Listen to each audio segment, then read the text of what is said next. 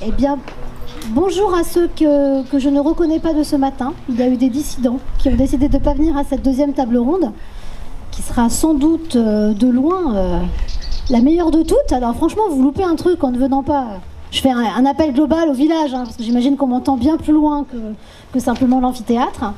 Je vous plains aussi pour ceux qui sont en pleine chaleur, mais bon, ça va aller, il y a des petits coins d'ombre, hein. Certaines ont trouvé le bon plan derrière les ifs, là-bas, je vous vois.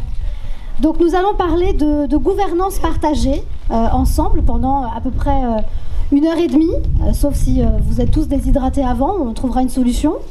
Ensuite, il y aura une petite demi-heure d'échange avec vous si vous avez des questions, si vous avez des suggestions, des commentaires à faire ou des éclaircissements à demander sur la parole libre des intervenants de qualité que nous avons pour nous expliquer comment ils travaillent avec cet outil qu'est la gouvernance partagée aujourd'hui et surtout pourquoi on décide d'implémenter la gouvernance partagée dans les entreprises, les associations ou dans des coopératives aussi, on le verra ensemble.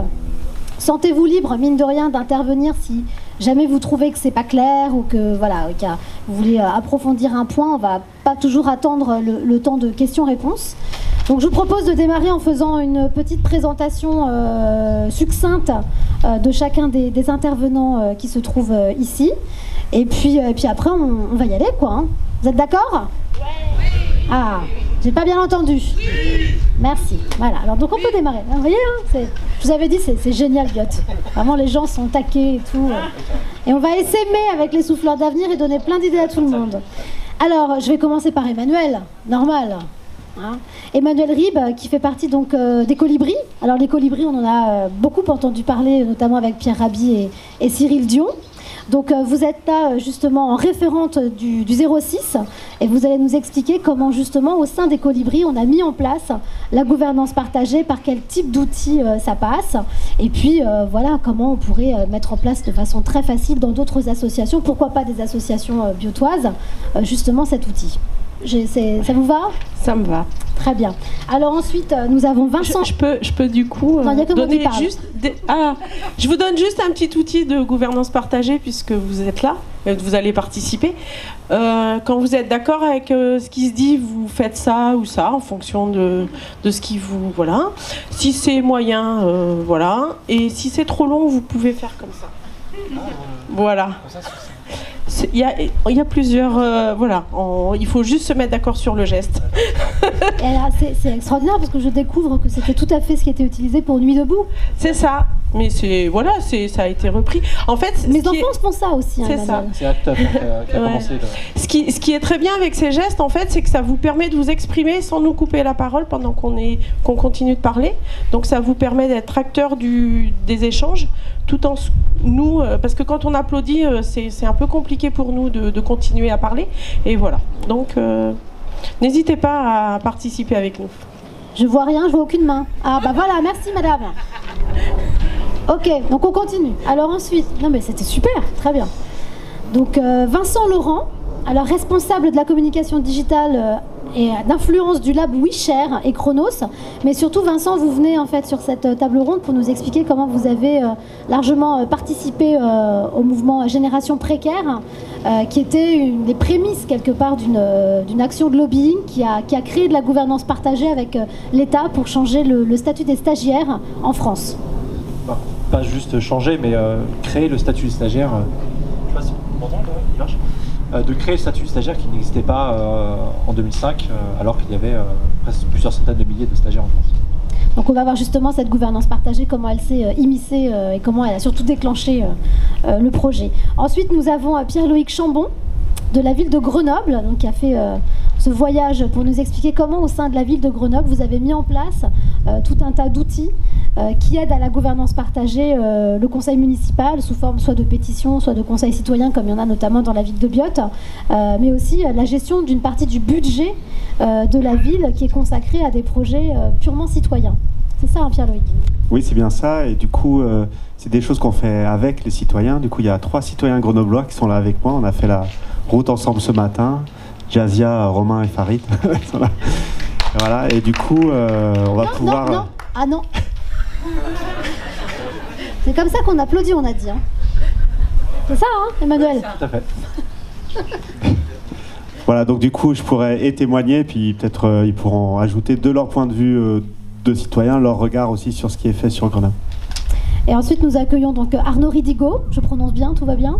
Arnaud Delcastre. Ridigo, c'est notre service de covoiturage, mais c'est pas grave. Non, mais moi j'ai envie de vous appeler comme votre service de covoiturage, parce qu'on va en faire la promotion justement pour nous expliquer comment cette application de covoiturage permet aussi de faire de la réinsertion, et qu'elle a mis en place, parce que c'est une coopérative, elle a mis en place évidemment un système de gouvernance partagée. On est d'accord? Tout à fait, c'est ça. Alors on va démarrer très vite, parce que quand on m'a demandé très gentiment de préparer cette table ronde sur la gouvernance partagée, je ne vous cache pas que le terme, je l'avais entendu à peu près 150 000 fois, comme beaucoup d'éléments de langage aujourd'hui, notamment au sein de l'économie sociale et solidaire. Maintenant, ça ne me parlait pas énormément. Pour moi, gouvernance, gouvernail, partager, ok, on partage, mais qu'est-ce que ça veut dire exactement? C'était assez obscur pour moi. Donc je préfère qu'on se mette tous d'accord un peu, ou en tout cas que vous donniez votre vision de ce qu'est la gouvernance partagée d'un point de vue global, pas forcément appliquée dans vos organisations ou vos coopératives. On commence, Pierre-Loïc?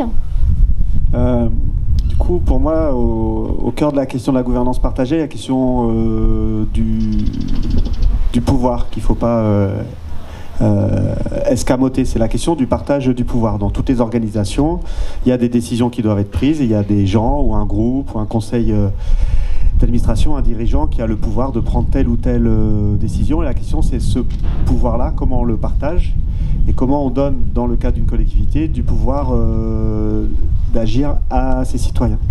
Du coup, ce pouvoir partagé, il a plusieurs formes.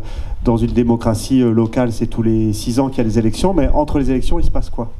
C'est une grande question, puis il y a beaucoup d'appétit de la part des citoyens pour partager le pouvoir entre 2 élections municipale. Et du coup, il y a plusieurs formes. Il y a à la fois la ville peut laisser de l'espace aux citoyens pour qu'ils impactent ces décisions, c'est-à-dire en quoi les citoyens ont des espaces, ont des mécanismes qui leur permettent d'impacter les décisions, mais une ville doit aussi faire en sorte que parfois ces décisions puissent être interpellées, c'est-à-dire soit des décisions avec lesquelles les citoyens ne sont pas d'accord, comment ça se passe dans ces cas-là pour qu'on discute, et aussi parfois simplement la ville développe des choses, mais il y a des choses auxquelles elle n'a pas pensé. Quel espace ont les citoyens pour dire, et attention, il y a cette question qui est importante, ne l'oubliez pas, etc.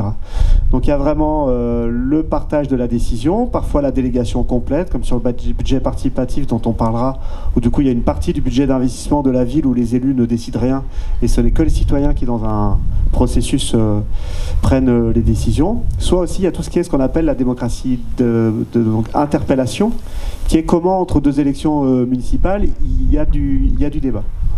Voilà, donc ça, à mon avis, c'est vraiment la question du pouvoir qui est au centre de la gouvernance partagée. Pouvoir partager pour prendre les bonnes décisions, on y reviendra avec tous les outils que vous avez mis en place à la mairie de Grenoble. Et pour vous, Emmanuel? Je rebondirais, c'est exactement ça. En même temps, c'est comment être vigilant à ce que chaque partie prenante de la structure dont on parle peut être présentée et peut avoir son mot à dire sur les décisions qui sont prises, sur les orientations de la structure. Et du coup, tous ces outils qui nous aident à bien prendre en compte l'ensemble des champs qui sont représentés au sein de notre structure. Parce que souvent, dans quelque chose qui est plus pyramidal, il y a un pôle qui est très fort.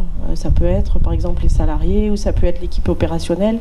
Mais, par exemple, dans une association, nous, à Colibri, il y a aussi les fondateurs qui sont pris en compte, les cotisants et les donateurs qui ont... Toutes ces personnes, les partenaires, toutes ces personnes ont sont sur une horizontalité et donc ont le même pouvoir. Voilà. Donc ça le partage et puis chacun a son mot à dire justement, il permet d'exister au sein d'une organisation. Oui. Sans qu'il y ait d'experts. Après, on peut avoir une expertise à un moment donné, mais on n'est pas dans la prise de pouvoir. C'est pas l'expert qui est prépondérant en fait. Oui, tout le monde a voix au chapitre. Voilà, et pour vous, Vincent, comment vous qualifieriez cette gouvernance partagée si on devait la définir en quelques phrases? Alors, il y a déjà beaucoup de choses qui ont déjà été dites. Je dirais qu'il y a une forme de hiérarchie à abandonner, d'en finir avec une forme de hiérarchie dans l'entreprise, enfin dans tout type d'organisation, une forme d'horizontalité de la démocratie au sein d'une organisation. C'est ce qu'on a fait au sein de Génération Précaire dès le départ. En plus avec l'idée des masques qui permettait d'anonymiser chacun et il y avait la fin de la hiérarchie et puis la dépersonnification de la prise de parole, qui met beaucoup plus en avant le contenu plus que le contenant, le contenant étant le porte-parole, donc le fait d'être masqué, donner beaucoup plus d'importance à ce qui était dit et moins à la personne qui le disait, en même temps que de protéger le stagiaire quand il prenait la parole. Donc nous, on s'est déjà appliqué ça en 2005 tout le long de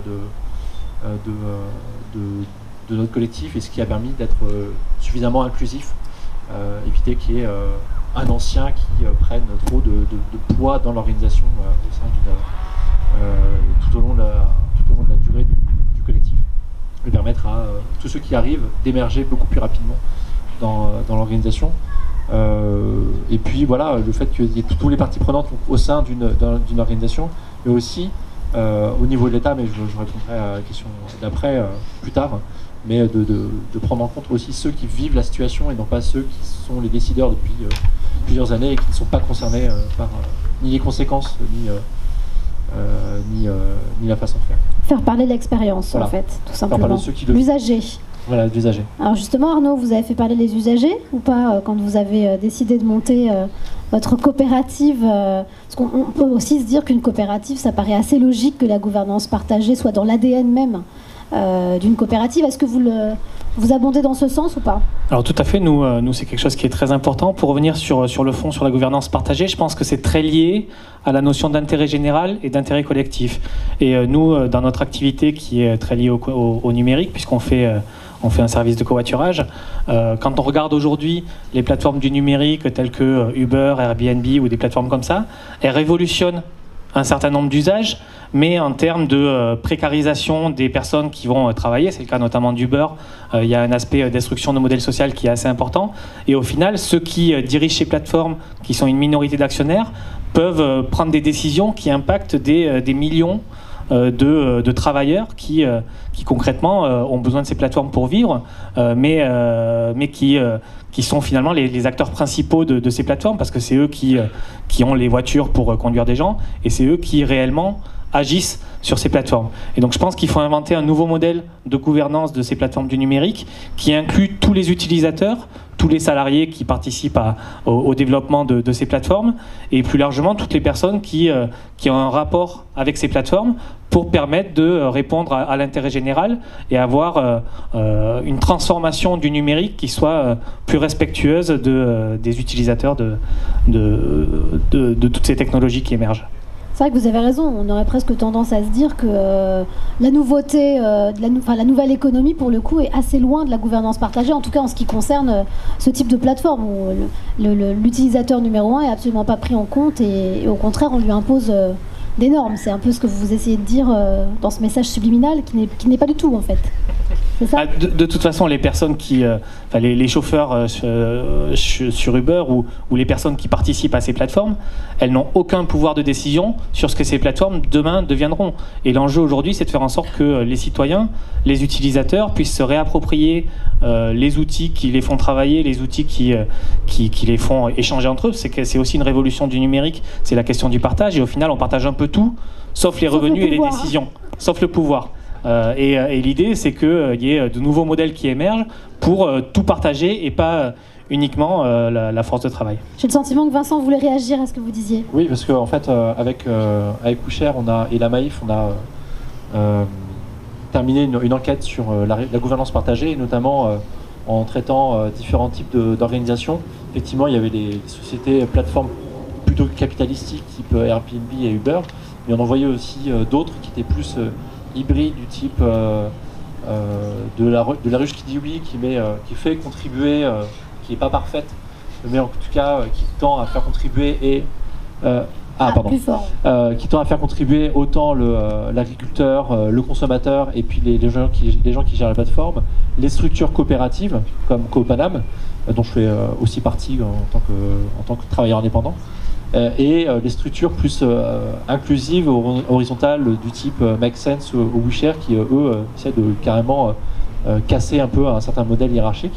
Donc j'invite tout le monde et vous à regarder ce rapport sur la gouvernance partagée, qu'on essaie de partager à un maximum de personnes pour montrer qu'il y a différents modèles d'organisation et qui permettent d'une part, de gouverner, de permettre un partage du pouvoir et de la valeur créée par la structure, et donc bien plus partagée auprès des contributeurs, autant consommateurs que ceux qui la produisent, ceux qui la gèrent, etc. Donc il y a ce rapport-là qui existe, qui est un bon outil pour montrer les différents types d'organisations. Vincent, puisque vous avez le micro, vous n'allez pas le lâcher. Donc on va revenir sur justement Génération Précaire qui a quand même initié justement la reconnaissance, l'existence pardon de ce statut de stagiaire. Alors on va remonter un peu en arrière parce que c'est pas récent cette affaire. Non. Facebook n'existait pas, vous imaginez? Oui. Un truc incroyable. Alors, on est en quelle année quand ça se passe? Qu'est-ce qui se passe? Et en quoi pour vous cette action de lobbying, ça a été quelque part forcer l'État à plus de gouvernance partagée sur ce thème-là en particulier? Alors je vais vous raconter un temps où les réseaux sociaux n'existaient pas, où Facebook, Twitter n'étaient pas encore apparus en Europe. Ils commençaient tout juste à émerger. Et Vincent, c'est important de le dire parce que ça prouve à quel point ça a compliqué, enfin en tout cas ça a inscrit dans un temps un petit peu plus long, alors qu'aujourd'hui, des actions comme ça de lobbying, coup de poing, peuvent être faites beaucoup plus rapidement grâce aux réseaux sociaux. Exactement. Ouais. Donc on va remonter en 2005. À l'époque, donc il n'y avait pas encore en France Facebook ni Twitter, donc il n'y avait pas ni les pétitions en ligne, et c'était beaucoup plus compliqué d'exister dans un paysage institutionnel très bien installé entre l'État d'un côté, les syndicats de l'autre, et c'était très compliqué de se faire une place lorsqu'on était de simples citoyens ou de statuts un petit peu à la marge du monde du travail comme l'est le stage et aujourd'hui l'auto-entrepreneuriat qui n'est pas encore vraiment constitué en organisation, même s'il existe des prémices d'organisation qui se créent, ou les volontaires en service civique. Donc il fallait exister en 2005 et donc faire avec les outils qui existaient.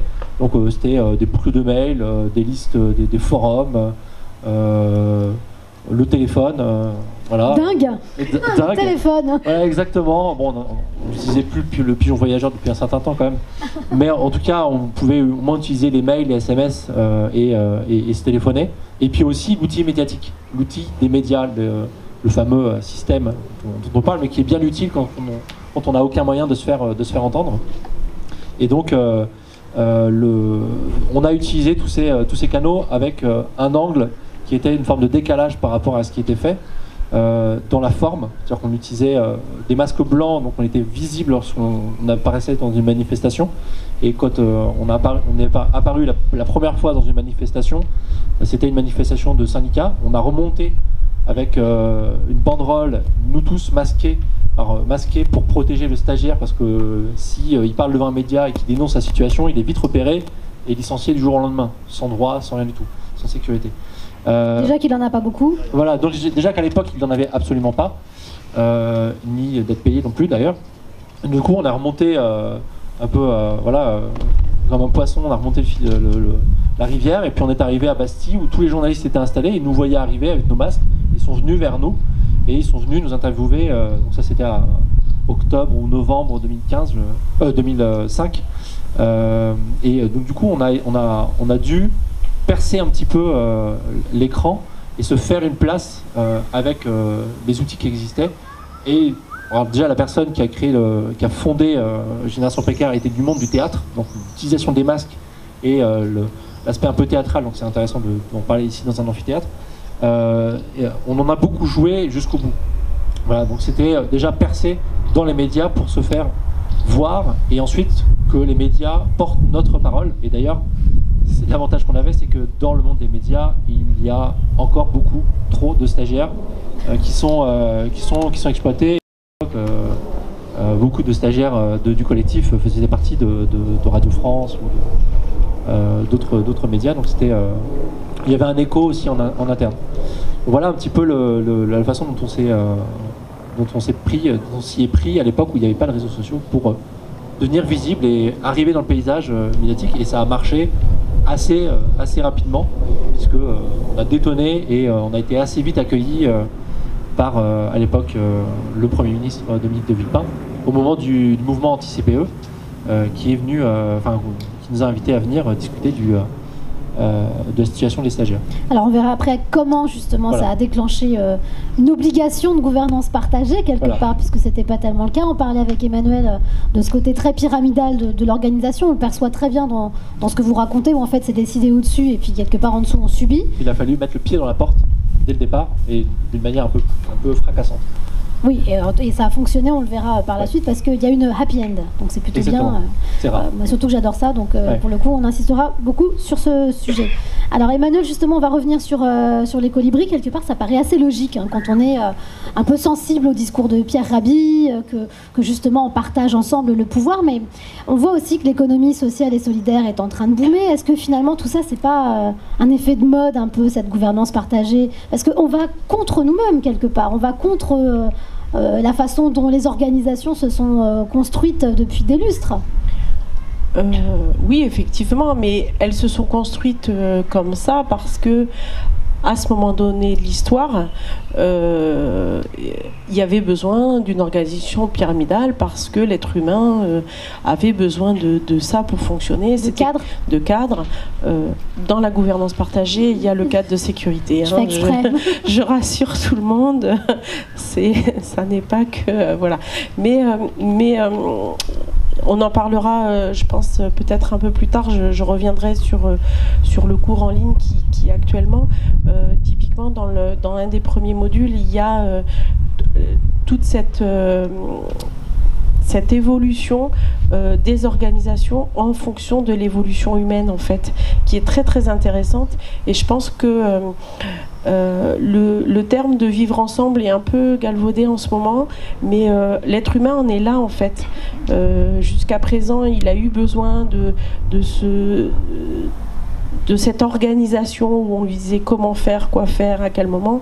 Et puis là, on passe dans une nouvelle ère où il faut qu'on réinvente ce vivre ensemble. Et du coup, la gouvernance partagée prend tout son sens dans ce moment-là de l'histoire humaine. Voilà. Mais Emmanuel, est-ce que ça voudrait dire que les organisations traditionnelles, on va les appeler comme ça, enfin séculaires, ont empêché justement le vivre ensemble, ou ont nuit au vivre ensemble ? De travailler en silo? Non, parce que moi, par exemple, je suis dans un milieu informatique où il y a les méthodes agiles qui arrivent et il y a un petit peu d'antagonisme entre les anciens projets qui travaillaient très bien et la méthode agile. Et c'est vrai qu'il y a plein de choses qui fonctionnaient et les gens vivaient aussi ensemble. Mais c'est là,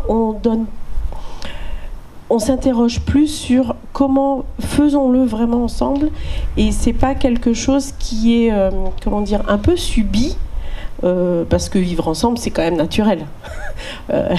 L'être humain est clanique, voilà, donc il a toujours eu l'habitude de vivre ensemble, mais c'est quelle part je prends dans ce vivre ensemble. Et puis, la gouvernance partagée nous interroge beaucoup sur notre posture, en fait, individuelle, au service du nous, au service du centre, en fait. Être certain de soi pour mieux servir le collectif, en fait. Et c'est cette respiration entre ce que je suis profondément, ce que je peux apporter, et l'intérêt collectif. Et c'est cette prise de conscience-là, je pense, où on en est de l'histoire de l'être humain, en fait. Est-ce que ce ne serait pas une revalorisation? Quand je dis revalorisation, c'est le valoriser à nouveau, cet être humain. C'est ça. Le faire exister dans une organisation parce que justement, il a une action sur le collectif. C'est ça. En fait, je pense qu'au départ du pyramidal, il devait y avoir... Enfin, moi, je n'ai peut-être pas connu, mais... il y avait quand même... on s'exprimait. Et puis, progressivement, comme tout mouvement, comme toute vie, en fait, comme toute structure, il y a des cristallisations qui se font, et plus le pyramidal avance dans sa vie propre, plus il y a des choses qui se cristallisent, et du coup, l'être humain a été un petit peu oublié. Alors qu'au départ, je pense qu'il y était. Et puis c'est grâce à lui que l'organisation a été conçue, puisqu'il est à l'origine même de l'organisation. Donc, Alors justement, l'existence de l'être humain, l'existence même du citoyen, on peut dire, Pierre-Loïc, c'est ce qui se passe à Grenoble, puisque c'est une des mairies qui est assez précurseur, hein, si on peut dire, dans le fait de donner la parole au-delà même d'un simple bulletin de vote dans une urne, puisque vous allouez une partie du budget de la mairie à des projets qui sont des projets citoyens, proposés par les citoyens, gérés par les citoyens. Ça fait 3 ans que ça existe maintenant, et vous avez vu une traction, c'est-à-dire qu'il y a une augmentation des propositions de projets. Et, bon, même si le budget, lui, n'a pas bougé, il est toujours... c'est quoi, c'est 800 000 € de mémoire, c'est ça? Vous nous racontez un peu comment ça fonctionne? En fait, il y a une nouvelle majorité qui est arrivée à la ville de Grenoble en 2014, et au cœur de sa campagne, il y avait la question de la participation citoyenne dans toutes ses formes, un constat d'une défiance de plus en plus grande des citoyens, et du coup l'enjeu de retisser de la confiance via la participation à la vie locale. Et donc il y a 3 grands outils qui ont été mis en place. Il y a les conseils citoyens indépendants, donc c'est des conseils de quartier, hein. Toutes les villes de plus de 80 000 habitants, depuis la loi Vaillant 2002, doivent mettre en place des conseils de quartier. Mais là, il y avait une volonté qu'ils soient très indépendants, très autonomes. C'est pas coprésidé par un élu, c'est eux qui décident sur quoi ils travaillent, etc. Donc voilà, une évolution assez nette. Il y avait aussi une mécanique d'interpellation et de votation, c'est-à-dire une mécanique de pétition mise en place par la ville pour se faire bousculer sur des sujets. Donc ça veut dire voilà, d'un certain volontarisme politique autour de ça. D'autocritique ? Oui, et de prise de risque, mais en se disant qu'il valait mieux que les conflits soient posés dans des endroits où on les parle, on les régule, on va sur le fond, que peut-être qu'ils passent par la fenêtre, viennent par la porte. Ou qu'ils mettent des masques blancs et qui défilent dans la rue comme... Et pas que dans les rues. Voilà, et puis il y avait du coup le budget participatif qui effectivement, il y a à peu près 25 villes en France, hein, donc il n'y a pas que Grenoble, on n'est pas les précurseurs, il y a des villes à l'étranger comme New York qui l'ont mise en place, en France il y a des petites villes, des grandes villes, on a à peu près 5 villes de plus de 100 000 habitants, et puis aussi la capitale à Paris où ils ont un gros budget participatif. Du coup ce qui est intéressant dans le budget participatif, c'est qu'on a une sorte de démocratie directe sur du concret. Donc, qu'est-ce que ça veut dire, ça? J'ai rien compris. Et ben, en fait, ça veut dire que la démocratie directe, c'est quand les gens ont et l'initiative et la décision. Par exemple, un référendum, si ce n'est pas les gens qui choisissent la question, est-ce qu'elle est directe complète, hein? C'est la petite histoire du renard démocratique qui va voir les poules et qui leur dit « J'ai une question à vous poser, à quelle sauce vous souhaitez que je vous mange ?» Et les poules disent bah, « La question, elle ne nous plaît pas trop. » Mais il dit « Mais c'est ma question. » Voilà, donc, qui avait dit « C'est ma réponse. » Vous vous souvenez de ça aussi? Et donc, du coup, il y a l'enjeu, pour être dans de la démocratie directe, que les gens aient et l'initiative et la décision. Dans le budget participatif, ils ont et l'initiative, vu que, donc, en gros, on a une plateforme, comme plein de villes qui font ça, où les gens déposent des idées de projets d'investissement pour leur ville. Puis ensuite, il y a une mécanique de sélection. Alors, nous, à Grenoble, on fait une grande ruche qui a eu lieu le samedi passé, là, où, du coup, les gens se présentent les projets et débattent entre eux, tout ça. Donc, on a eu entre 100 et 150 projets déposés chaque année. Lors de la ruche au projet, on passe à 30. Et après, les 30, ils sont soumis au vote. Voilà, donc les gens votent pour les projets. Donc, ça veut dire aussi qu'on a confiance dans l'intelligence collective des citoyens et que, du coup, d'être au bon endroit quand on met en place les projets. Donc, les projets qui sont votés, la ville, on les fait. Et donc, ce qui est important pour que ça marche aussi, c'est que entre le début et la fin, il n'y a pas de jugement de la part ni des élus ni des services sur l'opportunité. Nous, on travaille sur est-ce que c'est faisable, comment on peut le faire, on le chiffre et tout. Mais est-ce que c'est une bonne idée ou pas? Ça appartient aux gens. Et comme il y a le vote, on estime que les gens sont assez intelligents pour décider si c'est une bonne idée ou pas. Et du coup, ouais, c'est quelque chose qui a bien fonctionné. À la ruche au projet, samedi dernier, il y a eu 900 personnes qui sont venues pour débattre et pour discuter. Là, on était au Palais des Sports. Alors, on avait changé la formule, mais l'année dernière, on était 200. Donc, on voit que ça monte en puissance. Ah bah, carrément. Mais aussi parce que ça, comment dire...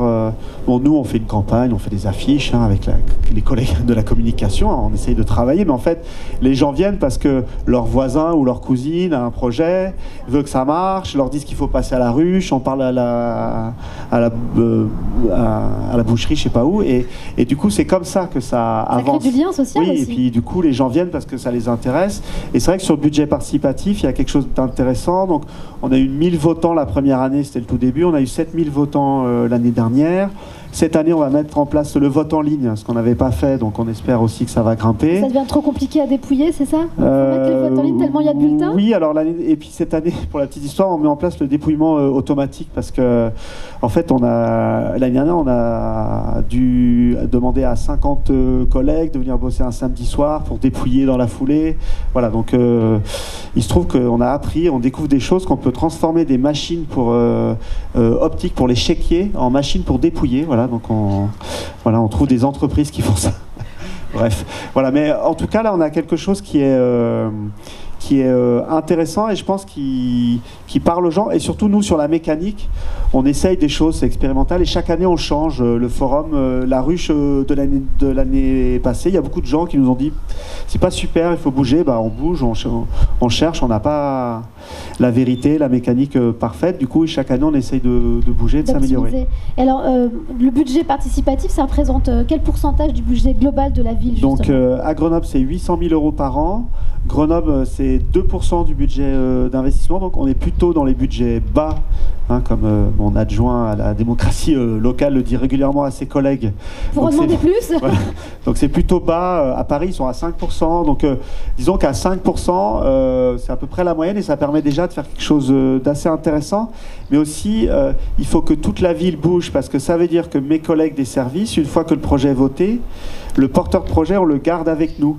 Il va travailler sur l'instruction, sur le cahier des charges, il va travailler sur les travaux, sur l'inauguration. Et donc, le porteur de projet, quand c'est une personne ou parfois c'est un groupe, ça veut dire que les services de la ville ne travaillent plus en chambre, mais ont un interlocuteur et doivent échanger, réfléchir, entendre. Alors, des fois, ça va mieux, mais la première année, des fois, nous, on avait l'impression de faire de la médiation interculturelle entre les services et les citoyens, parce que les citoyens viennent avec des envies, avec des idées, avec de l'imagination, puis les services viennent avec des contraintes, avec des budgets, avec des problèmes et tout ça, et donc ce dialogue, il est important, et il y a quand il y a de l'intelligence de chaque côté, ça marche. Mais au début, il y a un peu de traduction qui est nécessaire entre les citoyens et les services municipaux. Un petit décodeur s'impose. Mais les collègues, ils prennent goût, parce qu'aussi, déjà, les citoyens ouvrent des fenêtres que les services ne voient pas. C'est-à-dire, il y a des projets qui sortent que jamais les élus ou les services auraient eu l'idée, en fait. C'est juste, alors, ne serait jamais venu parce qu'à l'idée de faire telle ou telle chose. Donc, la ville va dans des endroits où elle ne serait jamais allée parce qu'elle n'y aurait pas pensé, pas parce qu'elle était contre, mais juste, elle n'y aurait pas pensé. Et puis aussi, c'est un collègue des espaces verts qui m'avait raconté ça. Là, il y a eu un théâtre de verdure dans un parc qui a été fait. Donc il vient, il présente son truc, puis d'habitude quand la ville elle vient présenter un truc, les gens ils sont là pour l'attendre au tournant et pour râler, surtout à Grenoble on a une belle tradition de contestation.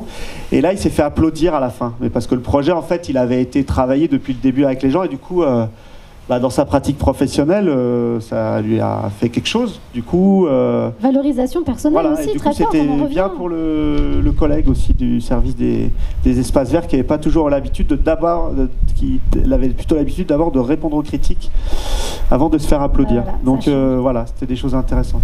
Arnaud, comment ça s'organise chez vous la gouvernance partagée au sein de la coopérative? Vous avez mis en place des outils aussi de prise de décision. Expliquez-nous comment ça fonctionne.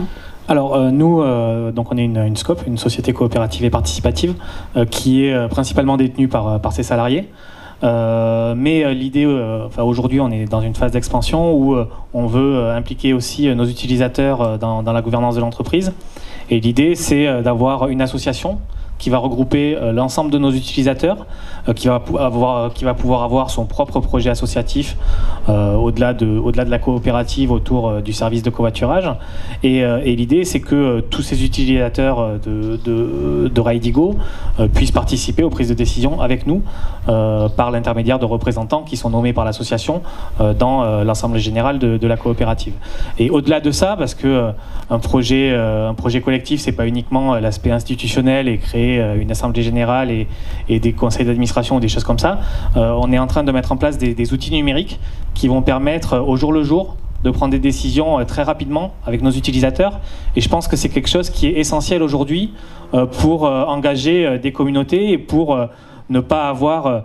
On voit souvent, notamment dans le monde mutualiste, moi j'ai une mutuelle, au final, pour s'impliquer dans la vie de sa mutuelle, c'est quand même très compliqué. Il n'y a pas d'outils pour venir prendre des décisions au niveau de sa mutuelle, même sur des choses très simples.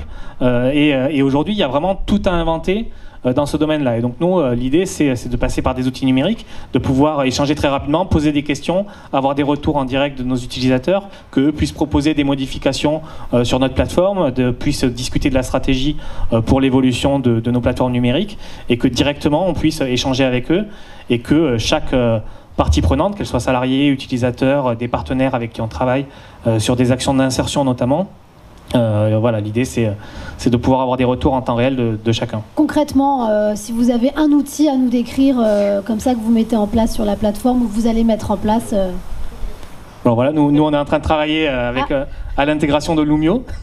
Voilà, après, il y a des Loomio, c'est un outil qui a été créé par une entreprise de Nouvelle-Zélande qui s'appelle Enspiral, enfin qui est issue de Enspiral, qui au départ servait, c'est une sorte de coopérative d'activité d'emploi, un peu comme en France, comme Coopanam d'ailleurs. L'idée, c'est des entrepreneurs indépendants qui se regroupent au sein d'une même coopérative. Ça permet en France, notamment les coopératives d'activité d'emploi, d'avoir des droits sociaux pour les travailleurs indépendants, d'avoir droit au chômage et tout un tas de choses comme ça. Et donc ils se sont regroupés pour avoir un outil de gestion de la vie interne de leur coopérative, et ils ont créé Loomio pour faire ça, et c'est devenu quelque chose qui, à plus grande échelle aujourd'hui, est un des outils de prise de décision démocratique qui est les plus avancés aujourd'hui. Voilà. Il y a quelques limitations pour notre activité, parce que nous, en tant que coopérative, on a une question de collège, donc il faut pondérer le poids des utilisateurs par rapport au poids des salariés, notamment, parce qu'il y a très peu de salariés par rapport au nombre d'utilisateurs, et c'est aussi important de pouvoir pondérer ça, et c'est quelque chose qui est très important à mettre en place et à réfléchir quand on veut créer un modèle de gouvernance. Et donc nous, on réfléchit aussi à améliorer Loomio, ou alors à avoir des outils un peu plus adéquats pour faire ce genre de prise de décision un peu plus complexe qu'un simple une personne, une voix.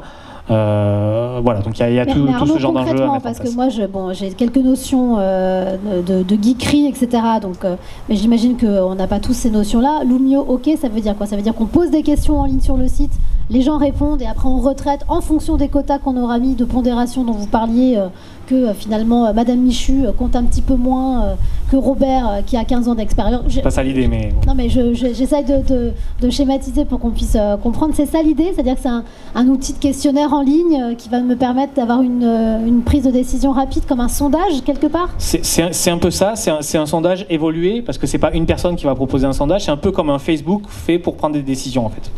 C'est n'importe qui va pouvoir poser des questions, et il pourra y avoir des réponses de l'ensemble des utilisateurs de Loomio. Ok, donc c'est pas forcément vous qui avez une question à poser pour la décision de votre stratégie, ça peut être aussi votre utilisateur qui souhaite une amélioration du service. Tout à fait, c'est ça. Et qui va la... Ah bah c'est... D'accord. Ah pardon. J'ai un moment d'absence, excusez-moi. D'accord, donc pour bien comprendre, c'est comme ça que ça fonctionne. Ok.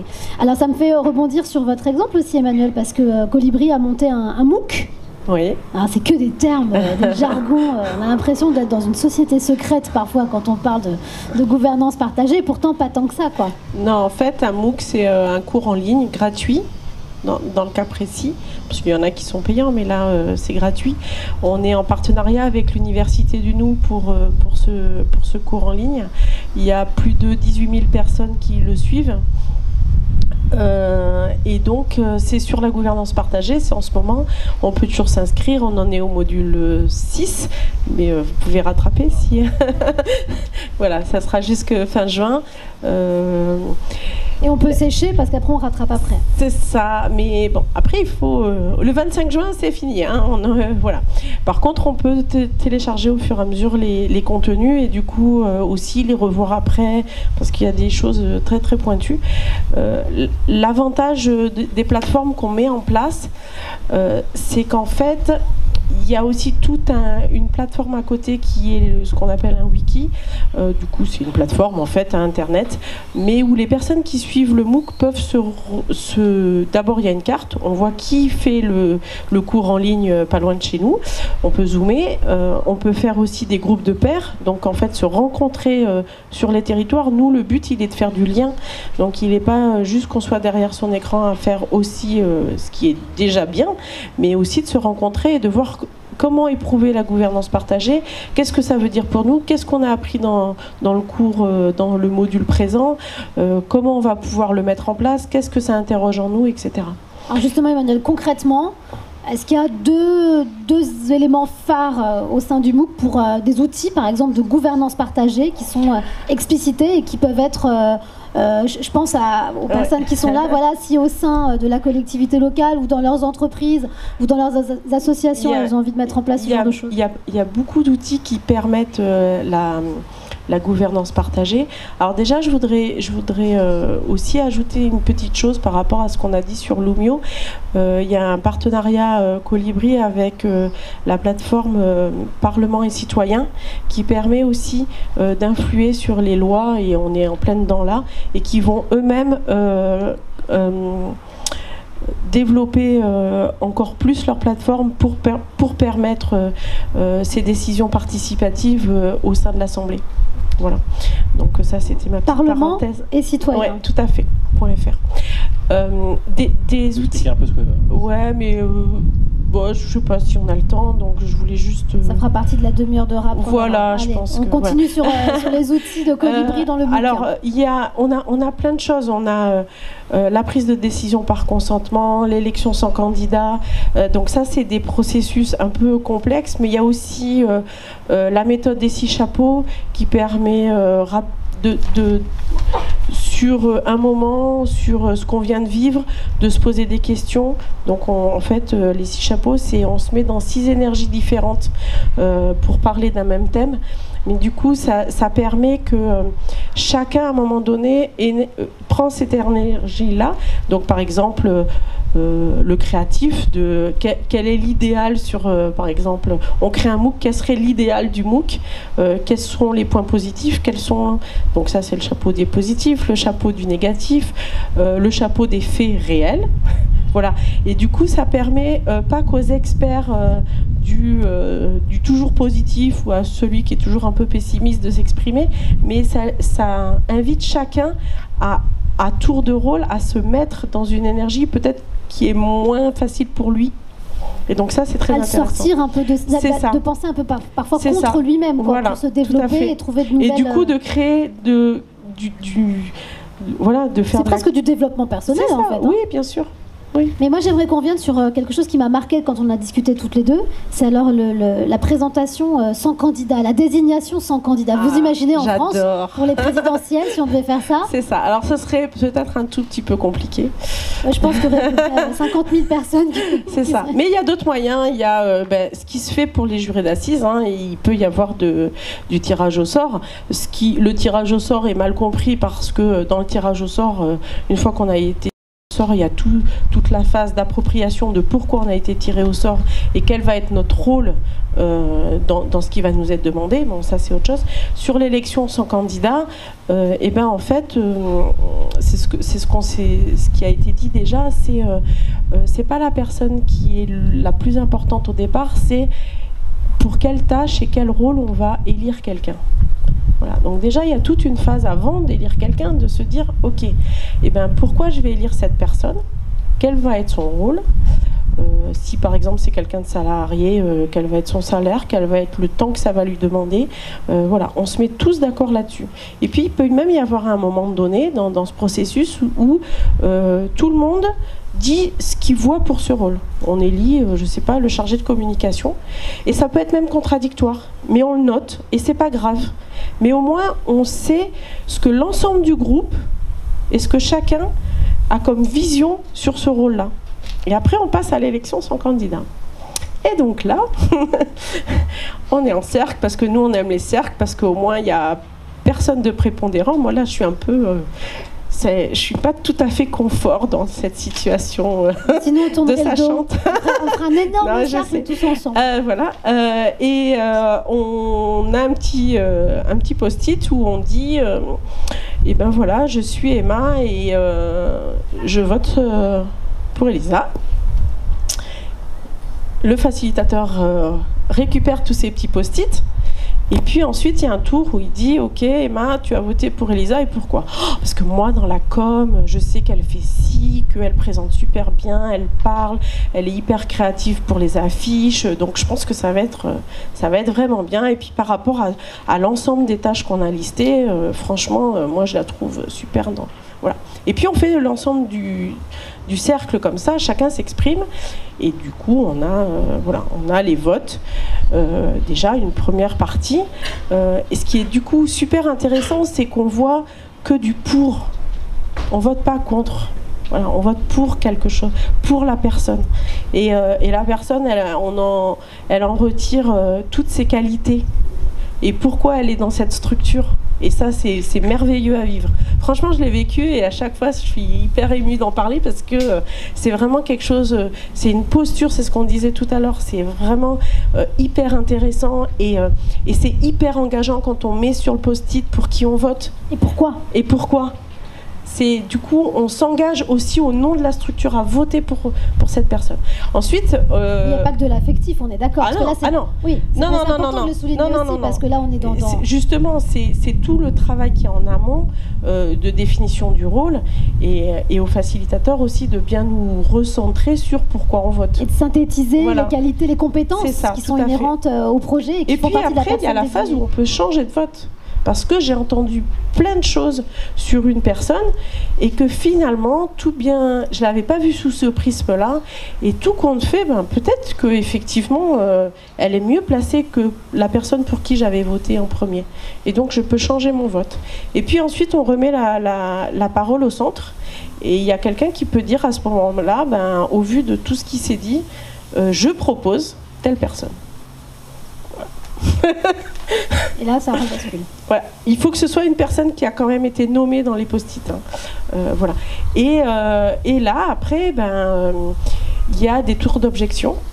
Donc là, on peut objecter. Et donc l'objection, c'est quelque chose d'assez aussi engageant, c'est-à-dire vraiment, je ne serais pas en accord avec cette décision. Et en plus, je pense que si on élit cette personne, ça va mettre en danger notre structure. Donc c'est vraiment aussi... voilà. Et donc après, on essaye de lever les objections. Donc on fait des tours de table pour dire qu'est-ce qui pourrait rassurer la personne qui a fait l'objection par rapport à ça, pour qu'elle se sente mieux. Et puis après, si l'objection est levée, eh ben ça y est, on a élu notre personne. Elle prend son poste. Alors la personne qui est élue a le dernier mot, c'est-à-dire qu'au dernier moment, elle peut dire non. On en connaît certains qui ont dit non au dernier moment. Mais pour revenir, quand on vous écoute parler, c'est vrai que c'est fantastique. Tout le monde a voix au chapitre. On est là pour montrer que les qualités des personnes, c'est génial. Mais bon, il y a quand même un sacré process entre un tour de table, un deuxième, et l'objection, et je relève. Et on se dit, mais finalement, on aurait mieux fait de prendre la décision de façon très arbitraire. Donc la gouvernance partagée, est-ce que ça passe ses limites ? Je me veux résolument provocante exprès. Oui, bien sûr, ça a ses limites. Mais comme toute méthode. Il faut avoir le temps, en fait. Il faut avoir le temps, oui, mais en même temps, la structure, elle en sort grandie. Parce que, en fait, là, je vous ai parlé de l'élection sans candidat, mais sur la prise de décision au consentement, c'est un peu le même process. Et c'est pareil, la décision qui est prise, elle est consentie par tout le monde. Il n'y aura pas une once de regret dans ce qui est décidé.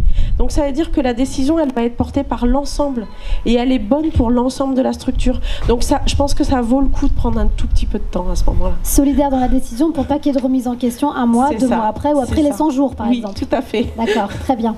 Alors on va revenir peut-être... le fil rouge de Vincent, parce qu'on s'en était arrêté à ça y est, tout le monde dans la rue, etc. Donc maintenant l'étape d'après, c'est d'aller voir le gouvernement pour qu'il y ait cette gouvernance partagée pour créer ce statut de stagiaire et cette rémunération. Alors, sans réseaux sociaux. Sans réseaux sociaux, donc utiliser l'outil médiatique, innover dans la façon de faire nos actions. Donc on n'était pas du tout on n'avait pas les moyens d'organiser des manifestations avec 100 000, 200 000 ou 300 000 personnes dans les rues. On était un petit collectif, des gens qui n'avaient pas beaucoup de temps, qui avaient 8-10 heures par jour. Et donc comment on se mettait comment on agissait avec le temps qu'on avait pour d'un être visible, que notre message passe et qu'en plus ça ait de l'influence et de l'impact. Donc ce qu'on a monté, c'est un peu les flash mobs. Ça a beaucoup inspiré de ce que faisaient les Yes Men aux États-Unis à cette époque-là. On rappelle ce qu'est un flash mob. Alors, un flash mob, c'est une action très rapide avec très peu de monde, qui utilise beaucoup les médias et qui a un fort impact avec un message très clair, très carré, qui a un fort impact ensuite. Donc, mais c'est quoi, comme une action sur YouTube qu'on balance, c'est ça? Filme des choses? Au départ, on les filmait parce qu'on n'avait pas encore totalement les médias qui étaient avec nous. Mais quand on a commencé à avoir les médias avec nous, par exemple, je vous parlais d'une action qu'on a fait, on est allé dans les Galeries Lafayette à Noël, à une période où normalement ce sont les CDD qui sont embauchés pour faire grossir les équipes et permettre à ce qu'il y ait un meilleur chiffre d'affaires à ce moment-là. C'est un moment très important pour les Galeries Lafayette. Mais pour le coup, les Galeries Lafayette, à cette époque, donc c'était il y a 4-5 ans, utilisaient des stagiaires non payés sur des périodes très courtes, sur quelques semaines, et c'était à Noël. Donc on a fait une action flash mob des lutins de Noël. Donc les lutins de Noël, ce sont les stagiaires. On s'est déguisés avec nos masques, avec des guirlandes, et les petites boules de sapin de Noël, et on est allé à 15-20 avec BFM, l'AFP, iTélé, Europe 1, etc., tout un tas de médias. On s'est introduit dans la Galerie Lafayette à un moment à la pause déjeuner, donc un moment où on est disponible en tant que stagiaire, et on a sillonné le rayon de luxe du rez-de-chaussée avec toutes les télés, et ce qui a complètement bousculé tout le monde, la sécurité qui a dû nous laisser rentrer parce qu'on était trop nombreux et qu'il y avait des médias qui étaient là, donc c'était, en termes d'image, c'était un petit peu gênant.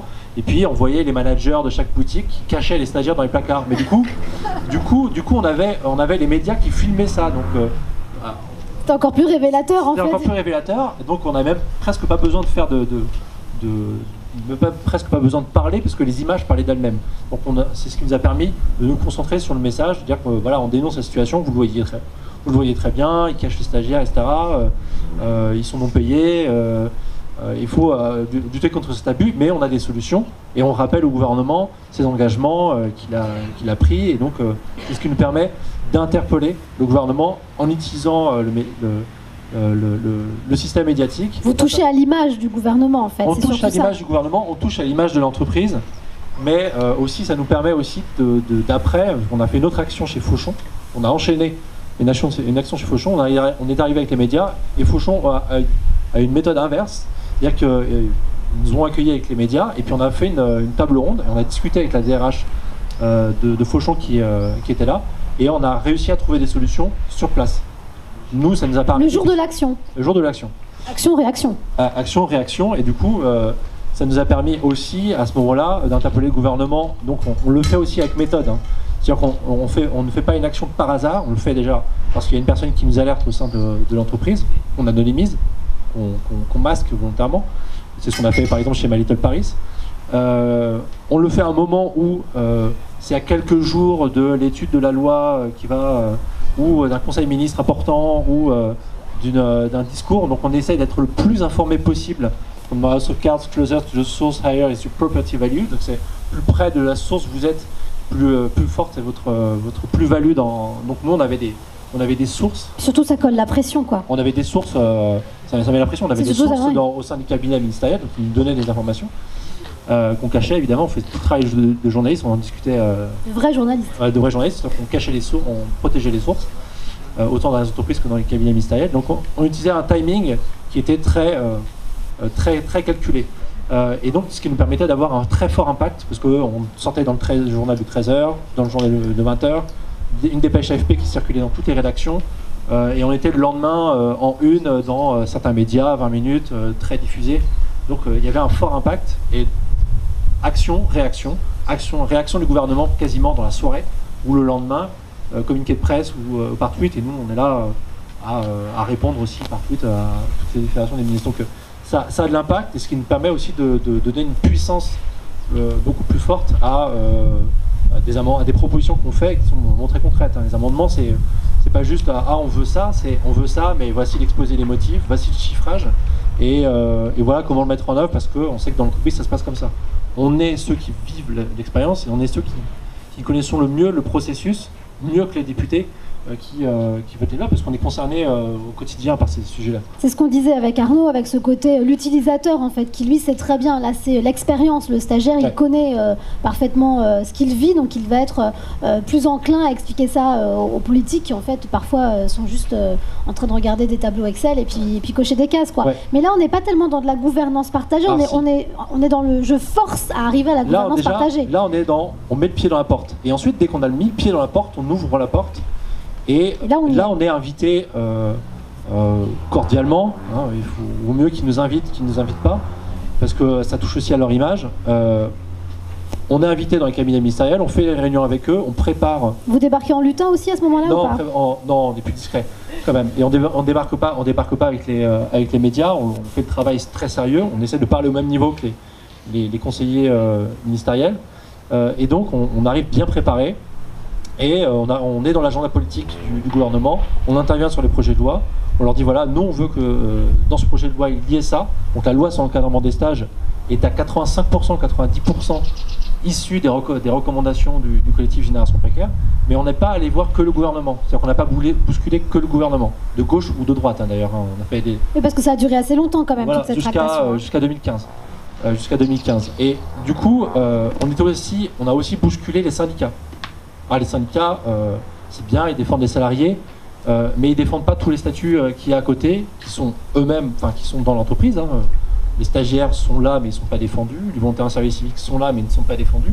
Les auto-entrepreneurs travaillent avec les salariés, mais ils ne sont pas reconnus ni défendus par les syndicats. Donc il a fallu aussi bousculer le dialogue social. Et le fait de faire une rentrée fracassante, à travers les actions médiatiques et les flash mobs, nous a permis de rentrer dans le dialogue social. Et moi j'étais un de ceux qui dès 2012, a participé à beaucoup de réunions avec tous les négociateurs des syndicats, à FO, à la CGT, à la CFDT, pour que dans chaque négociation interprofessionnelle, il y ait préalable à une loi, il y ait le sujet des stages qui soit abordé. Et donc on s'est introduit dans les négociations interpro. On a discuté au même niveau avec les syndicats, qui nous écoutaient parce que eux ils connaissent moins bien le sujet, nous on connaît bien le sujet. Et donc ils ont besoin de nous pour alimenter les discussions, ce qui nous a permis de gratter quelques lignes dans un communiqué ou quelques lignes dans un accord interprofessionnel. Et on a fait ça pendant...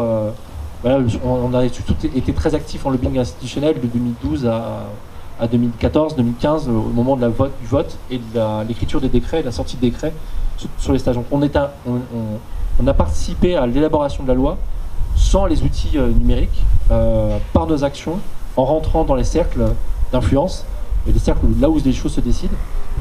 Et on a réussi jusqu'au bout à obtenir ce qu'on voulait et sur les stages, et même on est allé plus loin puisqu'on est aussi allé sur l'encadrement du volontariat en service civique l'an dernier, en introduisant les volontaires en service civique dans le registre unique du personnel, etc. Donc tout ce qu'on avait obtenu sur les stages, on en a obtenu une partie sur le volontariat en service civique.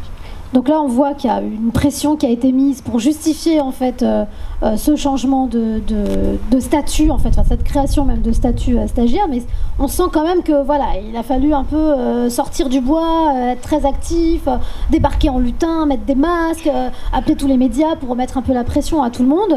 Est-ce que ça a été plus facile quelque part d'arriver avec un projet de démocratie participative dans la ville de Grenoble? Est-ce que tout le monde s'accordait à dire que c'était nécessaire que les citoyens aient voix au chapitre, gèrent un peu une partie du budget, puissent contredire des décisions du conseil municipal via des pétitions? Est-ce que c'est pas juste un peu de la cosmétique? Cette question m'échappe un peu parce que du coup moi je suis un professionnel, du coup c'est une équipe voilà, qui a porté ce projet-là, qui a eu une écoute et du coup après dans le fait que les Grenoblois ont voté pour cette équipe, il y avait cette chose-là et sans doute d'autres, donc j'ai du mal. De campagne. Oui voilà, c'était un argument de campagne fort, ce qui veut dire aussi que les attentes étaient très fortes ensuite, et on voit bien par exemple que on est en train là de co-rédiger avec les citoyens, du coup ça prend du temps, mais le temps est nécessaire, ce qu'on a appelé un guide pratique de la participation, parce que du coup c'est des mots valises, hein, c'est-à-dire quand on parle de concertation, démocratie locale, tout le monde est d'accord. Donc quand tout le monde est d'accord, c'est qu'il y a un loup, c'est en général que le concept est flou et que chacun met bien ce qu'il veut derrière le concept. Et en particulier sur la question de concertation, de co-construction, on avait des tensions, par exemple sur des projets PASC urbain à la ville de Grenoble, où les élus disaient bah là on va concerter, proposé. Puis là, les habitants disent, mais ce que vous faites, c'est pas de la concertation. Puis ils disent, bah si, c'est de la concertation. Du coup, on travaille sur un guide, on a essayé de définir ensemble, quand on fait une consultation, c'est quoi ? Quand on fait une concertation, c'est quoi ? Et quand on fait une co-construction, c'est quoi ? Et ça, c'est vraiment très important pour que, ensuite, quand on embarque les gens, on leur propose une méthode, on leur propose un périmètre où il y a des marges de manœuvre et des invariants, que les choses soient clairement posées sur la table, et qu'après, le débat soit au bon niveau. C'est-à-dire que les gens peuvent ne pas être d'accord en disant, là, vous faites de la concertation, on aurait voulu de la co-construction, aller plus loin. Là, c'est le bon niveau, et pas tout au long de la démarche dire mais on n'a pas assez de pouvoir ou il n'y a pas assez de marge de manœuvre, etc. Donc, on essaye, nous, de clarifier les choses. Par contre, ce que ça me faisait réagir par rapport à ce témoignage-là, c'est le dispositif d'interpellation et de votation, où du coup, l'idée était d'avoir un canal proposé aux Grenoblois. Ils ne sont pas obligés de le prendre. On a bien sûr le droit de faire des pétitions hors les pétitions proposées par la ville de Grenoble. Et encore heureux, on a encore le droit de faire des manifestations, etc. Mais en tout cas, de proposer un chemin clair pour des citoyens qui souhaitent interpeller la ville sur telle ou telle chose. Donc il est assez simple, en fait, donc il y a des pétitions en ligne, il y a seulement 2 conditions, il faut que la pétition soit légale, parce qu'on ne pourra pas la mettre en place si elle n'est pas légale, et de compétences municipales. On peut faire une pétition sur la paix dans le monde, mais la ville de Grenoble ne pourra pas grand-chose seule autour de cette question-là. Et donc, d'élire une Miss France, peut-être, je sais pas. Et du coup, si ça répond à ces 2 questions-là, la pétition, elle est en ligne, donc sur le site de la ville, y compris des pétitions qui s'opposent à des décisions de la ville. Et quand ça atteint 2000 signatures, c'est le choix d'un chiffre bas, parce que toutes les expériences montrent que si on met un chiffre trop haut, les gens se découragent et du coup, juste ça ne marche pas. Donc on met des choses en place. Combien d'habitants à Grenoble ? 150 000. D'accord. Donc 2000 pour 150 000. Grenoblois, voilà. Et donc, à 2000 signatures, on a le droit de venir en conseil municipal défendre l'objet de sa pétition, argumenter. Les groupes d'opposition aussi réagissent et donc il y a un débat. Et à partir de là, il y a 2 chemins qui sont possibles. Soit la ville dit on est convaincu, ok, on y va avec vous, on va travailler sur cette mise en œuvre. Soit elle dit on vous a entendu, mais nous on n'est pas d'accord avec ce que vous proposez. Et du coup, on n'enterre pas la pétition, mais on la renvoie sur un vote. Et donc, une fois par an, il y a une semaine de vote à Grenoble, durant lequel on vote à la fois sur le budget participatif et sur une pétition, s'il y en a une qui a atteint les 2000 et qui n'a pas été mise en œuvre par le conseil municipal. Donc très concrètement, l'année dernière, il y a eu une augmentation du tarif résident du stationnement en centre-ville, c'est très précis. Voilà, il y a des gens qui n'étaient pas contents avec ça, parce que la municipalité a fait un tarif différent selon le revenu des gens. Sur le quotient familial. Voilà. Et donc du coup, en baissant un peu pour les ménages les plus pauvres, et en augmentant beaucoup pour les ménages les plus riches, mais comme toute collectivité, avec les baisses de dotation de l'État, on a des difficultés financières. Donc il y a une pétition, un débat en conseil municipal, un débat vidéo filmé, retransmis en direct, puis on a imprimé un papier, alors c'est très concret, mais où il y a d'un côté la position de la ville qui explique pourquoi elle souhaite maintenir ce fonctionnement-là, et de l'autre côté l'argumentaire du pétitionnaire qui explique pourquoi eux ils souhaitent que la ville annule cette délibération, et il y a eu un vote. Et simplement, la règle du jeu qui a été fixée, c'est il y a un seuil de 20 000 personnes qui votent pour. La logique qu'il y a derrière, c'est que l'équipe actuelle de la ville de Grenoble a été élue par 20 000 voix. Il y a une quadrangulaire, etc. Et donc, ils disent, les élus disent, notre socle de légitimité, c'est 20 000 personnes qui ont voté pour nous. Donc, si sur un point, il y a plus de 20 000 personnes qui veulent que ce point-là, on le change, eh ben, on le change. Et donc, s'il y a 20 000 personnes qui votent pour, eh ben, on le mettra en place, même si on n'est pas d'accord. Donc ça, c'est l'engagement qui a été pris. Et donc, l'année dernière, il y a eu le vote. Il y a plus de gens qui ont voté pour l'annulation de la délibération que contre, mais le seuil des 20 000 n'a pas été atteint, et donc on ne l'a pas mis en place. Et là, lundi au conseil municipal, un deuxième exemple, c'est juste pour rendre les choses très, très concrètes. Donc suite aux baisses des financements de l'État, la ville a dû mettre en place des réductions, un plan de sauvegarde, et donc ils ont fermé une bibliothèque et 2 antennes. Donc ça crée des choses dures dans une ville, et un débat très très fort, et donc il y a une pétition qui s'est lancée. Et donc, elle est débattue en conseil municipal lundi. Et il y a du dialogue quand même, parce que entre les habitants qui portent ça, peut-être que sur cette pétition-là, on va aller sur un accord sur un compromis ou pas, et si c'est pas, on ira sur le vote. Mais du coup, ce qui est intéressant, si on se recule sur le fond, c'est-à-dire, je suis pas sûr qui a raison en fait, mais c'est intéressant parce que ça crée des espaces de débat régulés, clairs, transparents, devant les citoyens entre deux élections. Souvent, les débats ils viennent sur la place au moment des élections municipales. Puis entre les deux, ça brasse, voilà. Mais il n'y a pas de lieu où les choses se posent, où les arguments des uns et des autres se posent. Et donc voilà. Alors pour la petite histoire, ce dispositif-là, et donc depuis avril, on a été attaqué par le préfet de l'Isère, qui du coup reproche à la ville de Grenoble de mettre ça en place. Alors, en particulier, on fait voter les étrangers, on fait voter les 16-18 ans, et en plus, on ne respecte pas les règles du référendum local. Parce qu'il faut savoir qu'en France, le référendum local d'initiative populaire n'existe pas. C'est-à-dire un référendum où c'est les citoyens qui choisissent la question et qui votent ensuite, ça n'existe pas dans les textes. Et d'autre part, les seuils sont beaucoup plus hauts. Voilà, on peut imaginer que quand les députés maires ont voté les mécaniques de référendum locaux en France, ils ont été un peu prudents sur tous les seuils de participation. Du coup, il y en a très peu qui sont faits en France, que les seuils atteints sont tellement hauts que c'est perdu d'avance en fait. Voilà. Et donc on va voir, la justice administrative n'est pas très rapide, donc nous on continue à fonctionner. C'est pas un référé qui est suspensif, mais sans doute dans un an on saura si on a le droit ou pas de continuer ce dispositif, parce que ce qui est frappant, c'est que la loi ne permet pas à un conseil municipal, même s'il le souhaite, de donner le pouvoir. Il y a quelque chose comme ça aujourd'hui dans la loi française. De déléguer le pouvoir pour une décision en particulier. Pour une décision, voilà. Mais il faut mettre des masques et faire la même action que Génération Précaire. Après, ce qui est intéressant, c'est d'expérimenter des choses pour montrer que c'est possible, de voir comment ça marche.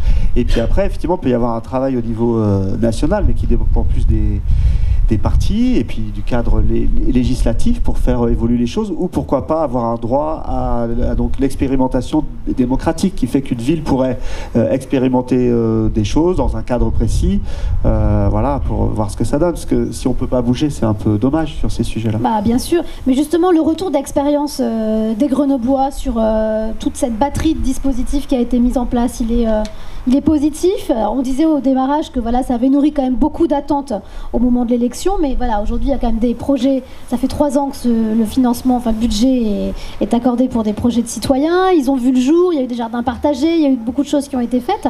Les gens trouvent que ça a un impact positif, ça leur permet de s'engager encore plus dans la commune.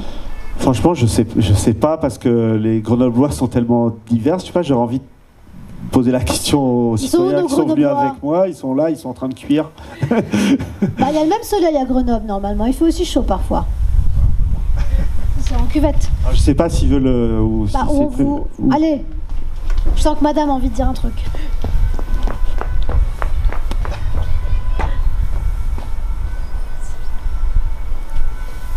Oui, je suis porteur de projet de l'année dernière, donc je suis de l'autre côté de la barrière par rapport à Pierre-Loïc.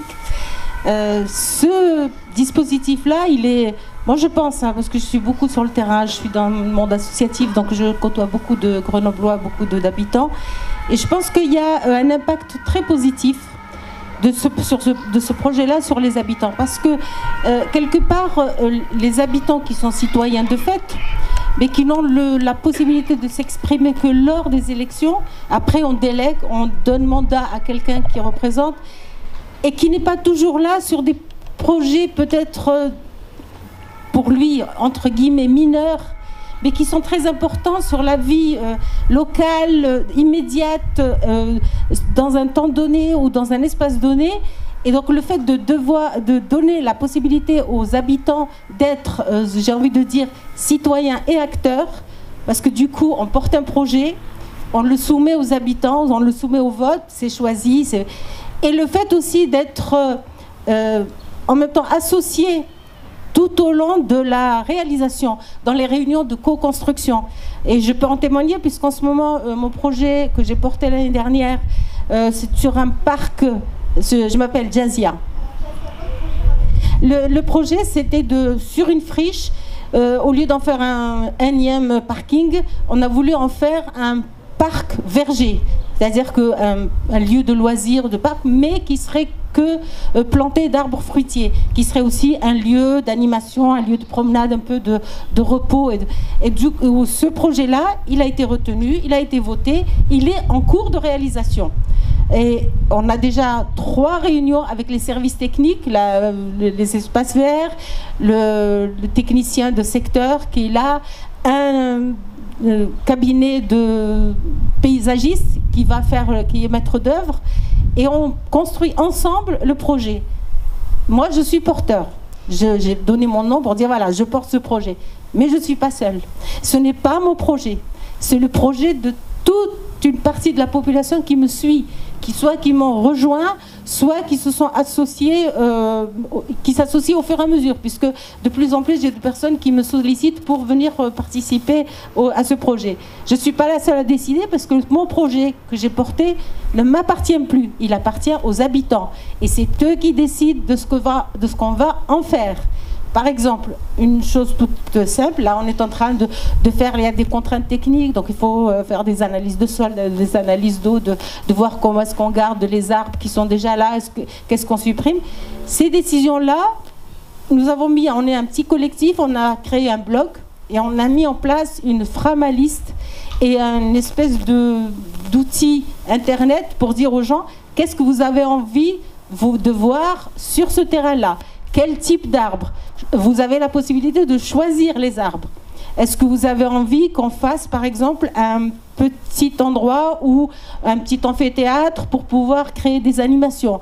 Qu'est-ce que vous avez envie de faire? Et là, la réponse est là. Les gens sont derrière. Donc c'est formidable. Et je pense que ça donne des envies à des personnes qui n'étaient pas très... comment dire, qui étaient un peu sceptiques sur le projet, de dire finalement ça marche. Donc allons-y. Voilà, et bien justement, cette année, il y a des personnes qui m'ont dit « Ah, ben ça marche bien, écoute, est-ce que tu peux nous suivre, tu peux nous conseiller, parce que nous allons porter un projet. » Et donc il y a des personnes qui... Ça donne un exemple positif. Bon, ça ne marche pas toujours. Et c'est vrai que dans la réalisation, il y a des contraintes techniques, des contraintes de légalité, enfin, plusieurs choses qu'on ne mesure pas quand on donne l'idée. Et c'est là qu'on apprend. Et puis j'ai envie de dire une chose, c'est qu'on porte un projet, on se dit c'est fini, il est élu, il est voté, moi je peux aller me reposer. Eh ben non. La preuve, c'est qu'aujourd'hui, je suis là avec vous, à cuire sous le soleil, mais je le fais avec plaisir. Je suis jardinière à mes heures perdues. Donc j'aime beaucoup la nature, j'aime beaucoup, je jardine, je viens du monde paysan, on va dire, mon grand-père était paysan. Je suis citadine de fait, mais je n'ai pas perdu le contact de la nature. Donc je jardine sur mon balcon, je jardine là où je peux. Là c'est beaucoup plus grand et c'est vrai que ça... Et puis le fait d'offrir cet espace-là aux habitants qui manquent de dire à un enfant, voilà, regarde, ça c'est un pommier, il donne une pomme. La pomme, elle ne pousse pas dans une cagette au supermarché. De voir la fleur, l'abeille qui vient la polliniser, de faire tout ce parcours pédagogique avec les enfants et même avec les adultes, c'est un plus. Et je pense que moi, ça me satisfait énormément. Je vote pour et encore pour. Voilà. Merci à vous. Ben voilà, je crois que c'était la meilleure ambassadrice pour la mairie de Grenoble. Hein. Je pense que c'est clair. On voit que les projets... Oui, voilà. Il est possible même d'aller plus loin encore. C'est-à-dire qu'il y a des outils numériques qui maintenant permettent de cofinancer les projets. C'est-à-dire que le projet que vous avez, il y a des plateformes de financement participatif qui commencent à se créer pour compléter un budget d'une mairie sur un projet, ou de devenir un peu une sorte de banque garant d'un projet soit monté par les citoyens, soit monté par la mairie, parce que les collectivités sont en difficulté avec les baisses des dotations, le fait que les banques ne prêtent plus. Et donc les citoyens, à travers les communautés, à travers le financement participatif, peut aider à cofinancer les projets, de refaire une école, refaire une route, faire un parc, faire un jardin, etc. Et donc le numérique, c'est un outil qui peut être, on peut dire, c'est pour les bobos, etc. Mais s'il n'est pas utilisé par tout le monde, il sera effectivement utilisé par quelques-uns. Donc il mérite d'être démocratisé, et c'est pour ça que j'en parle aujourd'hui de ces outils de civic crowdfunding faut aller chercher sur Internet, hein, Google est votre ami. Vous trouvez, vous cliquez et vous regardez comment on monte un projet et vous le proposez à votre mairie, pourquoi pas à Biot, hein, de financer l'installation de. Il faudrait qu'ils nous mettent des noms un peu français, hein, franchement. Crowdfunding, Impact Investment et mon cul sur la commode. Ça a été utilisé à Kansas City, je crois, donc du coup, ça a importé. Juste quand même, parce que pour essayer d'être. Vous avez peur d'avoir 75 000 projets qui débarquent? Non. C'est vrai que sur le budget participatif, je pense qu'il y a un consensus, on a quelque chose qui fonctionne bien, etc. Sur les conseils citoyens indépendants, par exemple, c'est plus fragile. Il y avait l'envie qu'il y ait moitié de gens tirés au sort, moitié de personnes volontaires. On a beaucoup de gens tirés au sort qui sont pas restés. Et donc du coup on se pose des questions autour de ça, il faut qu'on travaille ça. Non mais c'est juste. On n'est pas obligé d'impliquer les gens, c'est ça aussi que ça veut dire, parce que quand on est tiré au sort, on n'a pas demandé à être. Oui, puis ça veut dire qu'il faut que les conditions d'accueil soient réunies, d'accompagnement. Oui. Ça veut dire aussi que la démocratie d'instance est quelque chose de très compliqué. C'est-à-dire qu'aujourd'hui dans les habitudes de vie des gens, sur budget participatif, on part sur un projet, on y va, c'est concret, il a une vie, on l'inaugure, puis après on peut passer à autre chose. Dans les instances, c'est quelque chose qui doit durer dans le temps. Donc les instances professionnelles, ça va, on est au travail, mais dans les instances comme ça de citoyens, une réunion tous les mois, voilà, c'est des choses plus difficiles et peut-être moins en phase avec les envies des gens, parce qu'aujourd'hui, peut-être, on y réfléchit avec les membres des conseils citoyens indépendants, parce qu'il faut qu'on fasse avancer le truc. Et sur l'interpellation, il y a quelque chose de plus politique, c'est plus noué, hein, vous l'imaginez bien, sur toutes ces pétitions, mais moi je trouve que c'est vraiment un dispositif intéressant, mais qui demande une volonté politique très forte, parce que ça brasse. Voilà. Ouais, je voulais juste du coup rebondir sur les projets, parce qu'effectivement c'est pas toujours facile de s'engager sur du long cours dans des projets. Il y a des personnes qui ont moins de temps, c'est ce que tu es en train de dire, et du coup Colibri est un outilleur et un de nos outils c'est la fabrique, et du coup les personnes peuvent déposer leurs projets, donc il faut qu'ils soient dans l'éthique de Colibri, mais donc en fait il y a 3 possibilités pour les projets. C'est ils ont un besoin de matériel, par exemple une école Montessori qui se monte et elle a besoin de tables ou de tableaux, voilà. Il y a des besoins aussi qui peuvent être plutôt de l'aide humaine. On a besoin de repeindre le hangar parce qu'on va monter une COP, voilà. Et puis il y a besoin de financement, et du coup là on débranche sur 4 plateformes possibles de financement participatif. Et donc pour le citoyen qui n'a pas le temps, parce qu'il a à ce moment-là de sa vie, il en est avec un travail prenant, des enfants, je sais pas, une personne âgée à aider. Enfin voilà, il y a plein de choses dans la vie qui font que peut-être en tant que citoyen on n'arrive pas toujours à s'engager. Et ben on peut aller sur la fabrique et du coup voir que tel projet a besoin de telle chose, et on se sent malgré tout utile à la collectivité. Voilà, c'était la petite chose que je voulais dire. C'est l'occasion d'annoncer que avec WeShare, on est en discussion avec Colibri au niveau national, avec Sébastien, pour participer à la fabrique des colibris, et notamment apporter tout le travail, l'expertise qu'on a et la communauté de WeShare en France et internationale pour soutenir la fabrique des colibris, et notamment aussi soutenir des projets territoriaux à travers la fabrique des colibris, et nous à travers les communautés pour financer des projets. Donc on est en discussion, ça va démarrer je pense à l'automne, mais en tout cas il y a un enthousiasme, une appétence en tout cas auprès de certaines personnes. On va en parler en comité d'organisation de Colibri le 18 juin à Paris. Et c'est au souffleur d'Avir qu'on annonce ça.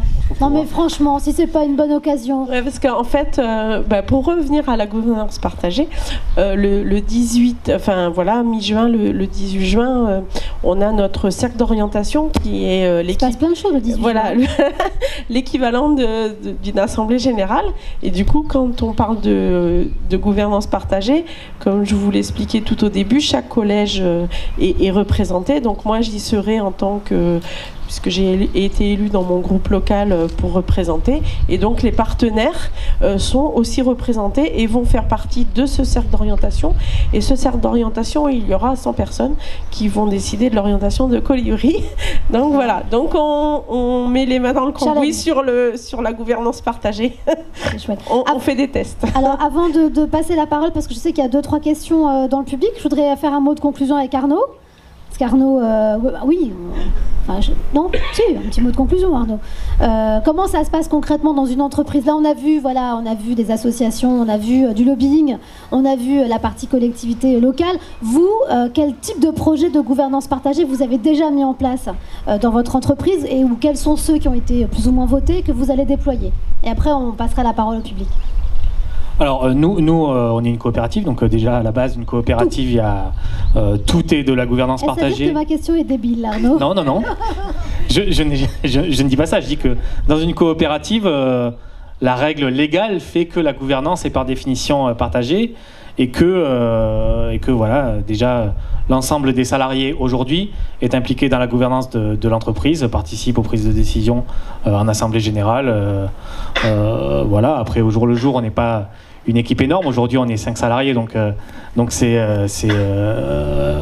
quelque chose d'assez facile en termes de gouvernance. Vous pensez que l'augmentation de la masse salariale fait que ça peut poser problème, la gouvernance partagée?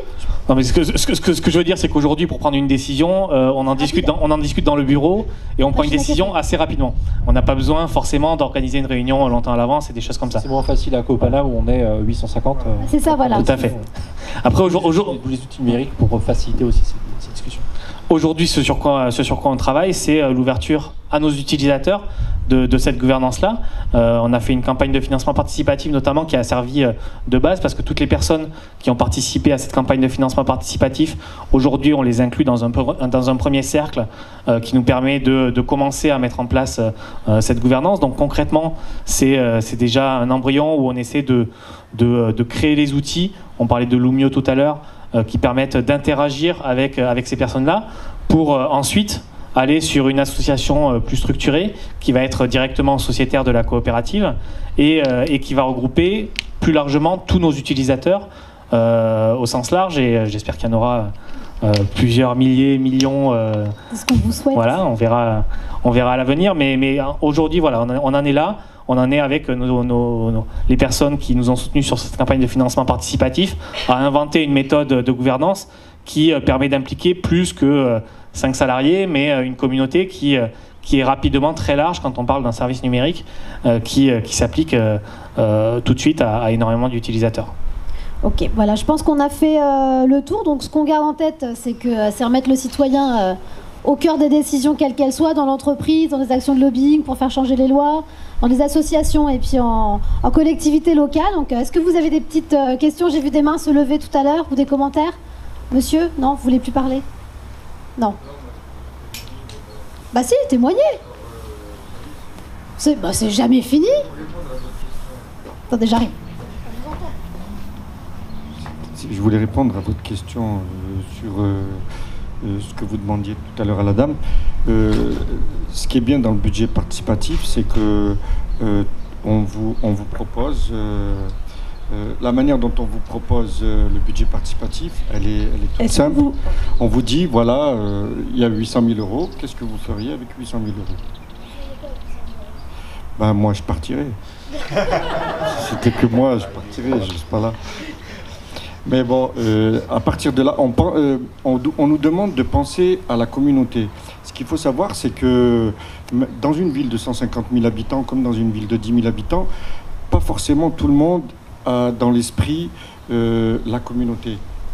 Et déjà, il y a un travail à faire vis-à-vis de ça. Je ne pense pas que c'est qu'une histoire d'argent. C'est vrai que c'est intéressant, il y a 800 000 euros, c'est bien, mais derrière tout ça, après, il faut vraiment que l'habitant, le citoyen, il s'imprègne de cette idée de budget participatif et de participation démocratique. Et c'est là le plus dur. Autant on a l'habitude de le faire, autant si vous demandez à un citoyen lambda, il va vous dire qu'il ne comprend pas ça. Et je pense que dans ce travail-là, c'est là où il est le travail à long terme. Il est long, c'est difficile d'inculquer, d'apprendre à un citoyen de devenir un habitant participatif. Qu'est-ce qu'il faudrait faire? Vous avez dit, ça peut être un projet d'ailleurs. Oui. par mon expérience, mon projet, j'ai été porteur d'un projet en 2015. Aujourd'hui, mon projet, on est en 2017, il va bientôt être abouti. Il a pris beaucoup de temps, c'est ça qui m'a fait réfléchir. Autant l'expérience de madame, ça a été assez vite, autant le mien, pour la première année à Grenoble, j'ai remarqué beaucoup de choses. J'ai remarqué que, par exemple, la municipalité n'avait pas les compétences techniques pour réaliser mon projet. Donc, on a fait appel à des prestataires privés. Déjà, moi, dans ma réflexion, l'argent, elle appartient aux Grenoblois. Que la ville participe, j'y voyais pas d'inconvénient, mais que ça soit un prestataire privé qui s'intègre dans le projet, j'avais des difficultés avec ça au début. Je me disais, non, mon projet, pour moi, c'est vraiment la ville qui doit le réaliser pour les habitants. Oui, ça moi j'ai eu du mal à m'en imprégner au début parce que démocratie participative, j'y voyais plutôt que la communauté, j'avais dans l'idée l'exemple au Brésil où dans certains quartiers, à Rio de Janeiro, ce sont les habitants qui ont un budget et qui décident qu'est-ce qu'ils vont faire, réparer les tuyauteries, tout ça. Ils le font déjà depuis longtemps, pas de la même manière que nous. Et moi, j'avais cette idée-là dans la tête. Donc, quand mon projet, ça a été c'est de réaliser des murs végétaux dans les écoles pour que les enfants s'en imprègnent et puissent en profiter, qui est une vraie vertu pédagogique. À 90%, c'était ça le projet. Aujourd'hui, il va se réaliser, c'est bien, mais voilà, le travail qu'il y a à faire et que pour que les gens y comprennent bien, le budget participatif, c'est quand même assez compliqué pour que le citoyen s'implique aussi facilement qu'on pourrait le croire. C'est pas qu'une histoire d'argent, c'est ce que je voudrais expliquer, quoi. Après, je pose la question aux personnes qui sont de Colibri et ainsi de suite, parce qu'on a un modèle de l'entreprise coopérative, c'est pas pareil, c'est un salarié. Il participe, mais il gagne ses sous dedans. Donc après, aux citoyens, quand on lui demande pendant 2 ans ou quelques mois de tenir un projet, c'est pas pareil. Parce qu'à la base, c'est une idée. On vous demande une idée. Donc une idée, elle devient, à partir du moment où vous en parlez, elle n'est plus à vous. Peut-être qu'il peut y avoir plusieurs niveaux d'implication, plusieurs statuts, et vous avez peut-être aussi essuyé les prémices de la mise en place de ce budget participatif. Les choses vont évoluer, il y aura une courbe d'expérience, donc votre exemple, il va être certainement emblématique pour d'autres porteurs de projets, et certainement pour faire aussi évoluer la mairie de Grenoble sur ces aspects-là. Donc tout ça c'est positif au final, en plus avec des murs végétaux dans les écoles. Franchement, que demande le peuple? Rien. Encore du budget participatif. Voilà. Vous vouliez dire quelque chose?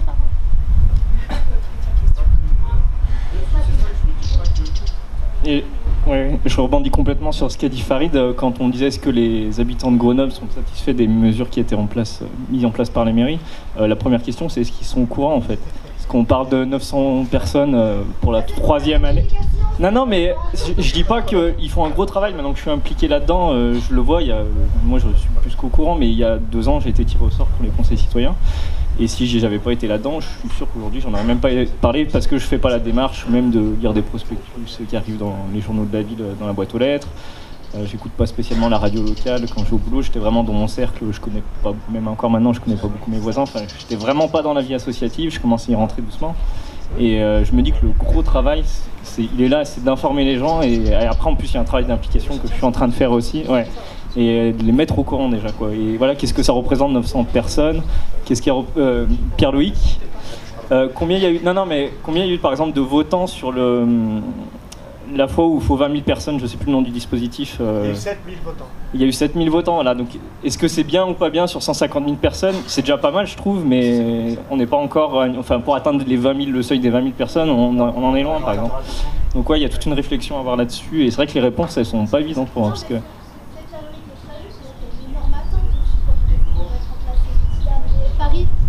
Paris ne s'est pas fait en un jour. Donc voilà, les choses vont se mettre en place et les petits ruisseaux font des grandes rivières. Je peux en citer plein comme ça, des adages. Hein. Si vous voulez, j'ai toute une batterie, il n'y a pas de problème. Mais voilà, donc déjà, c'est un premier pas. Et ce qui est important, c'est vous les meilleurs ambassadeurs de ce qui se passe à Grenoble. Justement, pour aller voir vos voisins, vous les connaissez pas. Vous frappez à leur porte, vous leur expliquez tout ce que vous faites, et comme ça va essaimer. Et c'est exactement ce qu'on souhaite faire aussi ici au Souffleur d'Avenir, c'est faire en sorte de souffler ensemble, et puis hop, que ça fasse des graines partout. Donc, en tout cas, je vous remercie beaucoup, Grenoble, d'être venu, parce que c'est un bel exemple aussi de ce qu'on peut faire en collectivité locale. Ah, pardon. Est-ce qu'il y a d'autres... monsieur, vous voulez réagir? Il y a une question dans le public. Non, c'est madame, attends, tenez. Alors, moi j'avais une petite question. Tout simplement, est-ce que vous l'avez vécu et vous avez vécu d'autres choses avant? Est-ce que, pas la démocratie, la gouvernance participative, ça prend plus de temps? Oui. Non mais développez un peu. Alors, ça dépend comment on s'y prend. Ah Nous, à la Génération PK, on a volontairement utilisé les actions rapides. Parce qu'il y a une urgence, il fallait que les stagiaires aient rapidement des sous. Donc on a obtenu en 2006, quasiment 6 mois après notre création, la première gratification de stage. Donc nous il nous fallait on était plutôt pragmatique et une volonté d'aller vite dans la mise en œuvre. Donc c'est un peu... on n'a pas forcément été dans une gouvernance partagée parfaite, mais on a voulu aller dans l'efficacité. L'efficacité des mesures, ce qui a profité au départ 600 000 et puis maintenant 1,5 million de stagiaires en France. Donc voilà, oui, ça peut mettre du temps dans une coopérative, ça peut mettre 2, 3, 5, 10 ans avant que... Et vraiment, et encore, ça peut évoluer selon qu'il y ait des nouvelles personnes qui arrivent dans la coopérative. Ça peut booster, il faut aussi accepter, faut qu'une organisation accepte aussi. Quand il y a des nouveaux, il faut s'adapter.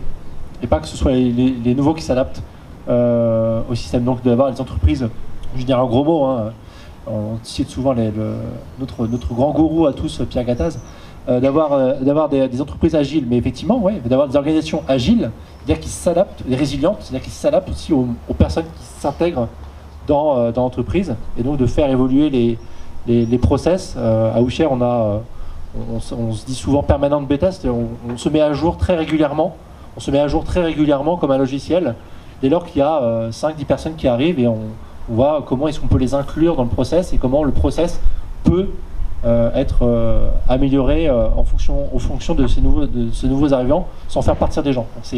C'est parfois rapide, parfois long, c'est complexe, mais la démocratie, c'est pas faite en un jour, c'est quasiment 2000 ans d'histoire, et donc on en arrive maintenant peut-être à aller plus vite, mais il a fallu du temps avant, donc même dans une organisation, ça doit mettre un peu de temps, mais tant que tous les parties prenantes sont intégrées à la décision, on va plus vite, de toute manière. Mais le plus dur, c'est de faire en sorte que tout le monde soit partie prenante et accepte de l'être jusqu'au bout.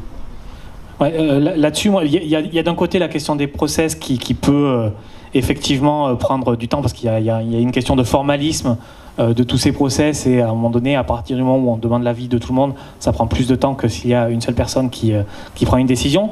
Mais nous, dans notre cas, par exemple, où on va développer un service qui va servir aux usagers, leur demander et faire en sorte qu'ils soient impliqués dans une co-construction du service, ça nous permet également de gagner du temps sur la construction du service, parce qu'on ne va peut-être pas s'être planté autant de fois en leur proposant une fonctionnalité qui ne leur plaira pas, et on va tout de suite avoir leur avis pour faire quelque chose qui correspond à leur demande. Donc c'est quelque chose qui est aussi sur la mise en place d'une stratégie à long terme qui serve l'intérêt collectif de tous les utilisateurs d'une plateforme numérique. C'est quelque chose qui va permettre directement d'avoir des services qui vont réellement répondre aux besoins, et en ce sens-là, ça va aussi permettre de gagner du temps. Ça répond à votre question du coup? Oui, très bien. Ça a été assez développé? Ça va, parfait. Oui, bonjour, juste une question. Très intéressé par la gouvernance partagée, mais une gouvernance territoriale à une collectivité locale, c'est important, même si elle est très importante. Alors vous avez fait une description très intéressante de budget participatif. Je ne comprends peut-être pas tout. J'ai l'impression effectivement qu'il y a d'un côté effectivement la municipalité et surtout ses services techniques qui sont en relation avec des citoyens isolément. À côté, vous avez parlé effectivement, et Grenoble a une longue histoire sur les conseils de citoyens, de quartier, etc. Donc il y a bien des instances de démocratie participative locale. Est-ce qu'il y a un lien entre... Est-ce que vous avez envisagé, ou est-ce que c'est peut-être le cas, est-ce que les instances de citoyens organisés, comme des conseils de développement ou des conseils citoyens là, qui seraient indépendants, c'est le terme que vous avez employé, est-ce qu'ils ne peuvent pas être les instruments de mise en œuvre des procédures que vous avez mises en place sur, par exemple, les budgets participatifs?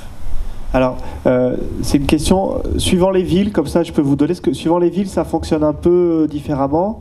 Nous, les conseils citoyens indépendants, ont eu plutôt un rôle d'accompagnement des porteurs de projets, d'appui au processus. Par exemple, avant la ruche au projet, ils ont réuni tous les porteurs de projets sur leur quartier pour qu'ils se rencontrent, qu'ils s'organisent pour leur stand. Les porteurs de projets qui ne pouvaient pas venir, ils les ont représentés, etc. Donc c'est plutôt un rôle d'accompagnement et de renforcement. Il y a des villes qui ont fait le choix que les projets passent par le conseil de quartier et reçoivent un avis du conseil de quartier avant d'être votés. Donc il y a plein de possibilités, ça tient à l'histoire de chaque ville, aux volontés. Voilà, je dis pas qu'il y a une bonne solution ou une mauvaise, je crois que tous ces dispositifs, mais effectivement, voilà, nous, les conseils de quartier, ont plutôt un rôle d'accompagnement, voire parfois il y en a qui déposent un projet. D'ailleurs, c'est intéressant parce que à Grenoble, l'histoire des unions de quartier, des conseils de quartier, des associations est très forte. Et on voit que dans cette période-là, on a des associations qui ont de l'inquiétude parce qu'on propose des dispositifs de démocratie locale qui les court-circuitent. C'est-à-dire que historiquement, toutes les demandes à la ville passaient par les associations, dans le modèle classique, les corps intermédiaires. Et là, les pétitions ou le budget participatif des citoyens, sans passer par une association, peuvent interpeller, peuvent présenter parce qu'un projet.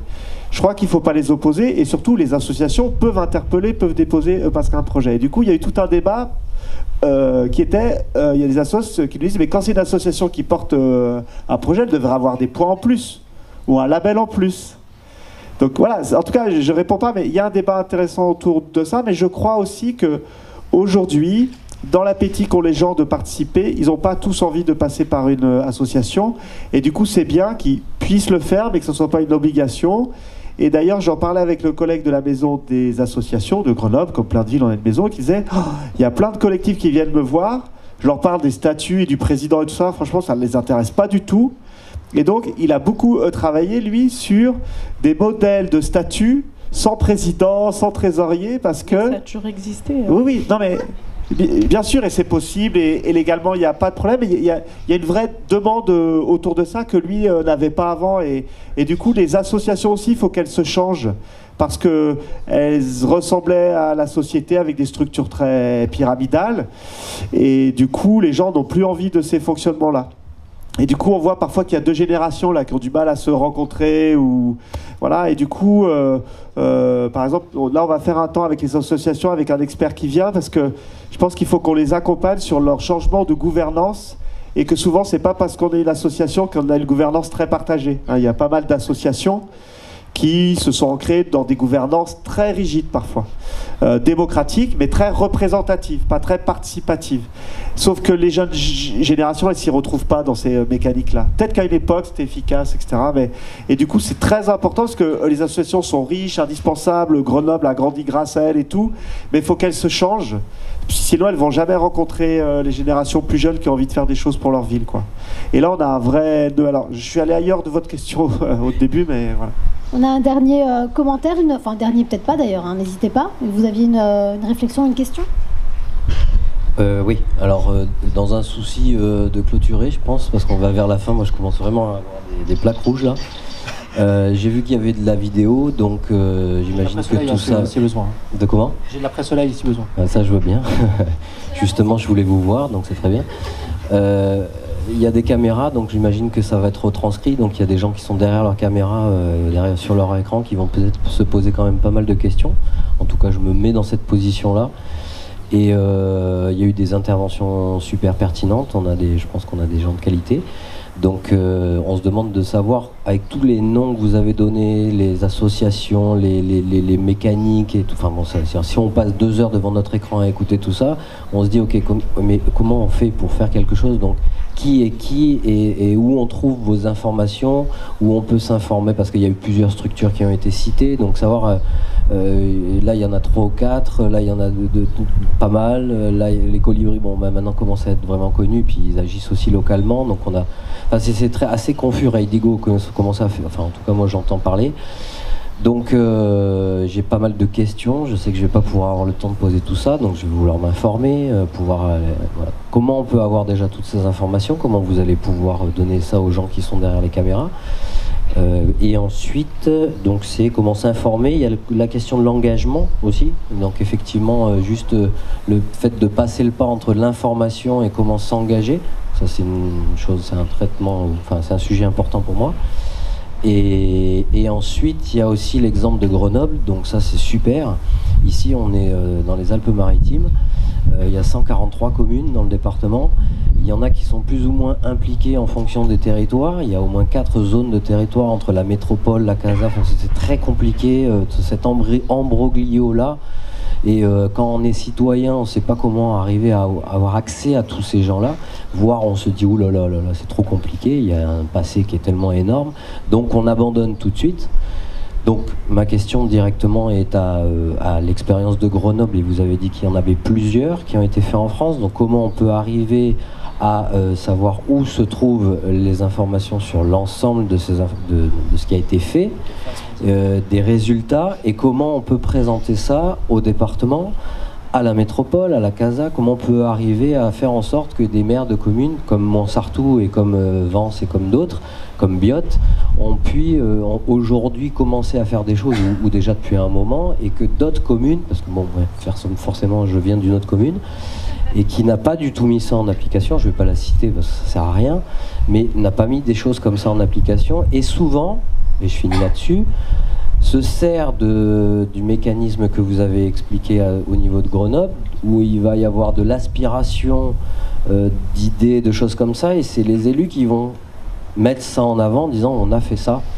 Donc on ne met pas du tout en avant les citoyens et leur, ou très peu ou pas assez, donc du coup pour essayer de réconcilier en fait les citoyens qui ne croient plus en rien et les municipalités, les communes, les territoires, pour dire qu'il y a des citoyens qui ne sont pas idiots et qui ont forcément des choses à apporter, et que si on ne les écoute pas rapidement, parce qu'on est comme dans une urgence sociale, climatique et tout ce que vous voulez, si on ne prend pas le temps de s'y poser réellement, et on perd du temps et on perd des ressources qui sont très importantes, qui pourraient faire avancer les choses. Donc comment Grenoble et les autres expériences peuvent nous aider à stimuler nos élus ici, en disant qu'il y a aussi des structures présentes sur le territoire qui agissent déjà depuis longtemps.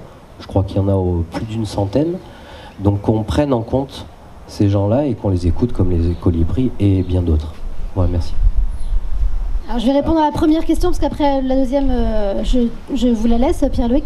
Alors la première, sur où est-ce qu'on peut trouver les informations de nos très très bons intervenants, très pertinents comme vous l'avez dit. Tout ça sera mis en ligne, soit sur le Facebook de la ville de Biot, soit sur le site internet de la ville de Biot. Madame le maire, vous confirmez ? Oui, voilà, donc ça, pas de problème. Sinon, en préambule, j'avais donné un peu pour... mais il n'y a pas les sites internet, et puis on n'a pas les liners qui arrivent en dessous pour expliquer, donc c'est un peu dommage. Mais on a le soleil, donc c'est quand même beaucoup mieux. Et puis pour le reste, Pierre-Loïc, je vous laisse... De manière très concrète, il y a un site internet qui est très bien fait par un journaliste, donc c'est pas du tout, qui s'appelle lesbudgetsparticipatifs.fr, qui est très pédagogique, et du coup il y a la liste des villes qui ont des budgets participatifs, donc peut-être aller voir la ville la plus proche pour en discuter. À Grenoble, on accueille régulièrement, je sais pas, une équipe de 2-3 personnes qui vient avec un élu, on peut prendre une demi-journée pour discuter, voilà, après avec nos limites, avec mais on le fait avec plaisir. Il y a des rencontres, et il y a les rencontres nationales des budgets participatifs, donc on a organisé les premières rencontres nationales des budgets participatifs à Grenoble l'année dernière. On s'était mis à 3 ensemble, Montreuil, Rennes et Grenoble, parce qu'on est à peu près de la même taille. Et les deuxièmes ont lieu à Rennes en octobre-novembre. Donc ça peut être aussi un lieu super, parce que pour le coup, il y a toutes les villes qui en font, il y a les villes qui ont envie d'en faire. On fait attention, il y a toujours des citoyens qui viennent, parce qu'un budget participatif sans les citoyens, bah, ça fait rien du tout. Donc on les emmène avec nous aux rencontres nationales, c'est important. Voilà, pour être très concret, ça peut être des manières de faire avancer. Et effectivement, je pense que c'est un outil qui très concrètement permet de faire bouger des lignes du côté des citoyens, du côté des élus, du côté des services. Et c'est pour ça qu'il est intéressant. Très pragmatiquement, il fait bouger des lignes, pas juste dans la théorie. Vincent ? Oui. Il y a un outil qui a été très utilisé pendant la campagne d'Obama. C'est Nation Builder, qui était réutilisé, plutôt utilisé pour la campagne de Bernie Sanders, pour la campagne démocrate. Et qui est un outil qui permet de repérer, grâce aux réseaux sociaux, de géolocaliser des personnes sur un territoire, soit dans ses amis Facebook, soit sur Twitter, etc. Parce qu'on donne des informations aux GAFA, donc ils peuvent être utilisés autant par le privé, mais elles peuvent être aussi utilisées par les citoyens pour lancer des campagnes. Donc Nation Builder est un outil qui commence à être utilisé un petit peu en France pour certaines campagnes législatives, notamment, mais qui peuvent être utilisés pour des campagnes de pétition. Les sites de pétition, évidemment, si on a un petit peu de moyens, le sponsoring sur les réseaux sociaux permet d'orienter un post vers un territoire. Donc, si on a les moyens de le faire, c'est vachement utile. Puis il y a un travail qu'on peut aussi faire à la main, qui est un travail de cartographie, d'aller chercher dans ces cercles d'amis sur les réseaux sociaux tous ceux qui vivent dans les mêmes cercles, et de mobiliser ce premier cercle-là. C'est ce qui est très conseillé notamment sur les campagnes de financement participatif, où il faut identifier les cercles qui vont ensuite mobiliser et essaimer auprès de leurs autres cercles, et de faire un peu l'effet boule de neige dans un territoire. Et puis son téléphone, c'est toujours utile, d'appeler son voisin ou toquer à la porte. Ça coûte pas cher, c'est juste à côté, et parfois ça peut créer du lien social assez étonnant. Donc taper à la porte, c'est pas mal aussi. Ouais, je vais juste. Oui, voilà. Après, je pense que en fonction de la sensibilité des personnes, elles vont rentrer dans ce système de transition, en fait, par un biais, que ce soit l'éducation, l'alimentation, etc., différent. Et du coup, c'est vrai que peut-être ça peut être vu comme oh là là, chaque structure a son petit répertoire. Mais d'un autre côté, c'est intéressant parce qu'on ne sait jamais par quel biais va rentrer le citoyen vers une envie d'évolution. Et nous, Colibri, on a des cartes qui permettent de la cartographie. Donc sur le site du mouvement, on tape mouvement Colibri et on trouve, il y a la carte des acteurs locaux. Donc là, on invite les acteurs locaux à s'y inscrire, et du coup on peut zoomer sur sa région, voilà, et ça peut être dans l'alimentation, l'éducation, ça peut être dans plein de domaines. Il y a la carte des groupes locaux, donc c'est les relais de Colibri sur les territoires. Il y a la fabrique, voilà, il y a différents moyens, et je suis pas sûre qu'il faille un endroit spécifique, parce que du coup ça limiterait l'accès à un nombre de personnes, voilà, parce qu'on va être peut-être plus sensible on va y rentrer par le côté plus politique de la chose, ou au contraire quelqu'un qui va vouloir devenir végétarien va rentrer par le côté alimentation, quelqu'un qui vient d'avoir des enfants va se dire oh là là, ok, il y a l'éducation nationale, mais moi j'ai envie aussi d'un peu d'autre chose. Comment je peux faire? Et du coup, voilà. Donc moi, je suis pas pour un outil qui serait le super truc. Voilà. Je pense pas que ça marche, en fait. Bonjour. Moi, je voulais revenir sur une chose. Vous parlez beaucoup donc de tout ce qui est l'expansion finalement de toutes ces belles idées. Moi, je me questionne beaucoup sur la partie du réseau, de la sécurité, en fait, ce qu'on apporte aux citoyens qui ne sont pas forcément encore très enclins à réfléchir à ces choses-là. Il y a beaucoup de personnes qui ont besoin d'une certaine sécurité, d'un certain type de label, de choses qui les rassurent pour les accompagner. Je voulais savoir si les structures que vous êtes en ce moment, qui sont quand même d'ordre national, arrivent à vous entendre entre vous aussi pour proposer des choses qui sont un peu plus visible, hein, avec peut-être des labels, avec on va dire, comme vous faisiez tout à l'heure, vous parliez d'essayer de définir des termes qui soient du coup utilisables par tous. Parce qu'effectivement, il y a aussi beaucoup de gens qui font des essais, parce qu'il y a des gens qui sont très entrepreneurs, et il y a aussi beaucoup de gens qui ont besoin d'être accompagnés, et qu'on ne peut pas juste leur dire bah, venez, c'est super, vous allez faire votre truc. Puis en fait, c'est des gens qui ont besoin d'un cadre, parce que pour l'instant, ils sont encore dans des fonctionnements intérieurs où ils n'ont pas cette capacité encore à aller de l'avant, à se sentir assez à l'aise pour sortir de leurs habitudes, justement. Donc voilà, est-ce que vous arrivez à créer des réseaux? Et si vous n'y arrivez pas, moi je veux bien vous filer un petit coup de main.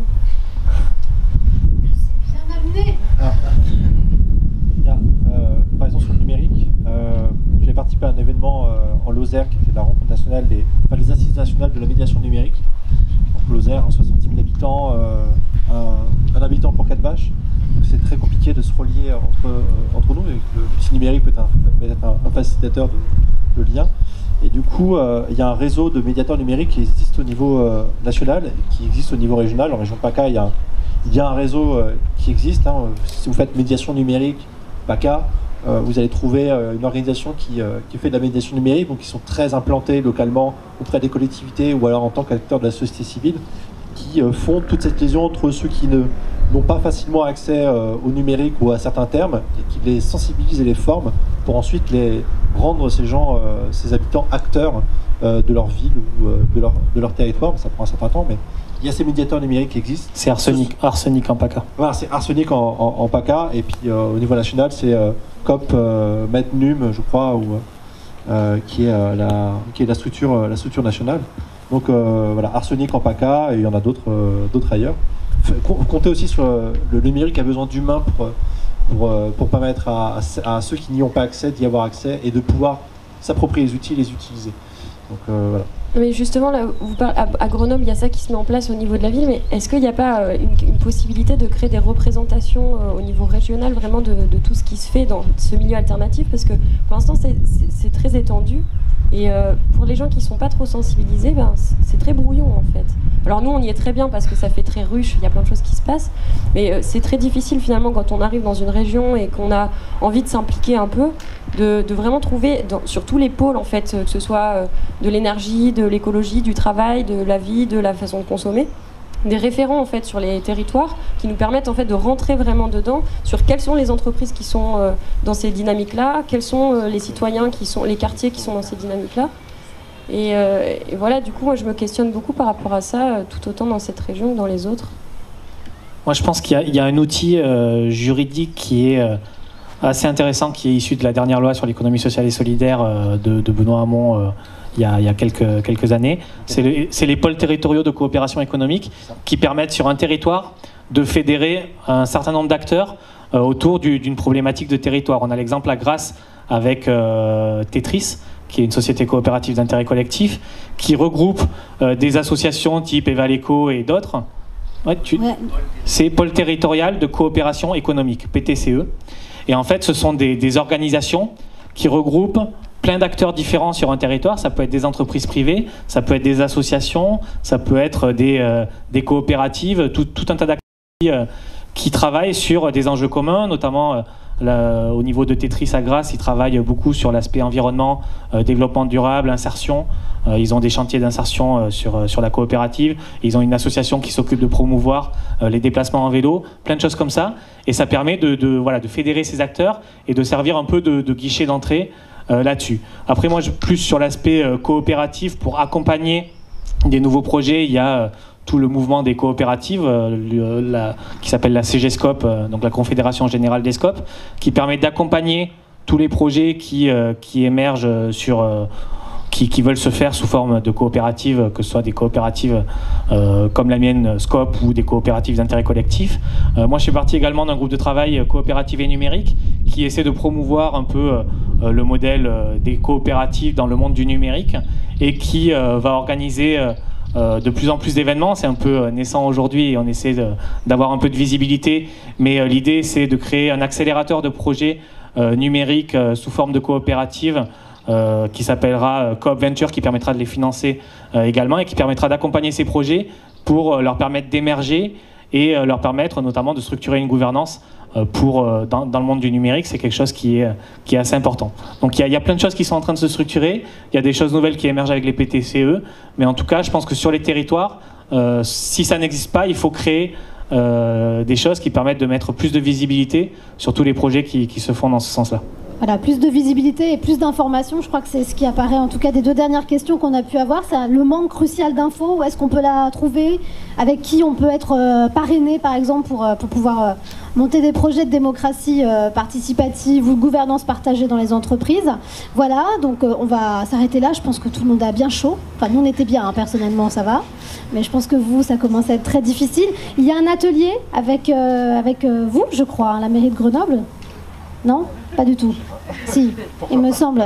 Il me semble qu'il y a un atelier complémentaire avec justement des Grenoblois. Si vous voulez poursuivre la discussion sur comment on travaille en collectivité pour mettre de la gouvernance partagée, ça y est, ça vous est revenu ? Oui. En tout cas, ce sera ici à l'ombre, voilà exactement, pour ceux qui le souhaitent. Et puis pour les autres, merci beaucoup d'avoir été là, d'avoir participé. J'espère que ça a répondu à certaines de vos questions et que ça vous a donné envie, vous aussi, de faire de la gouvernance partagée à tout niveau. Et même en famille, ça marche bien. Merci à tous.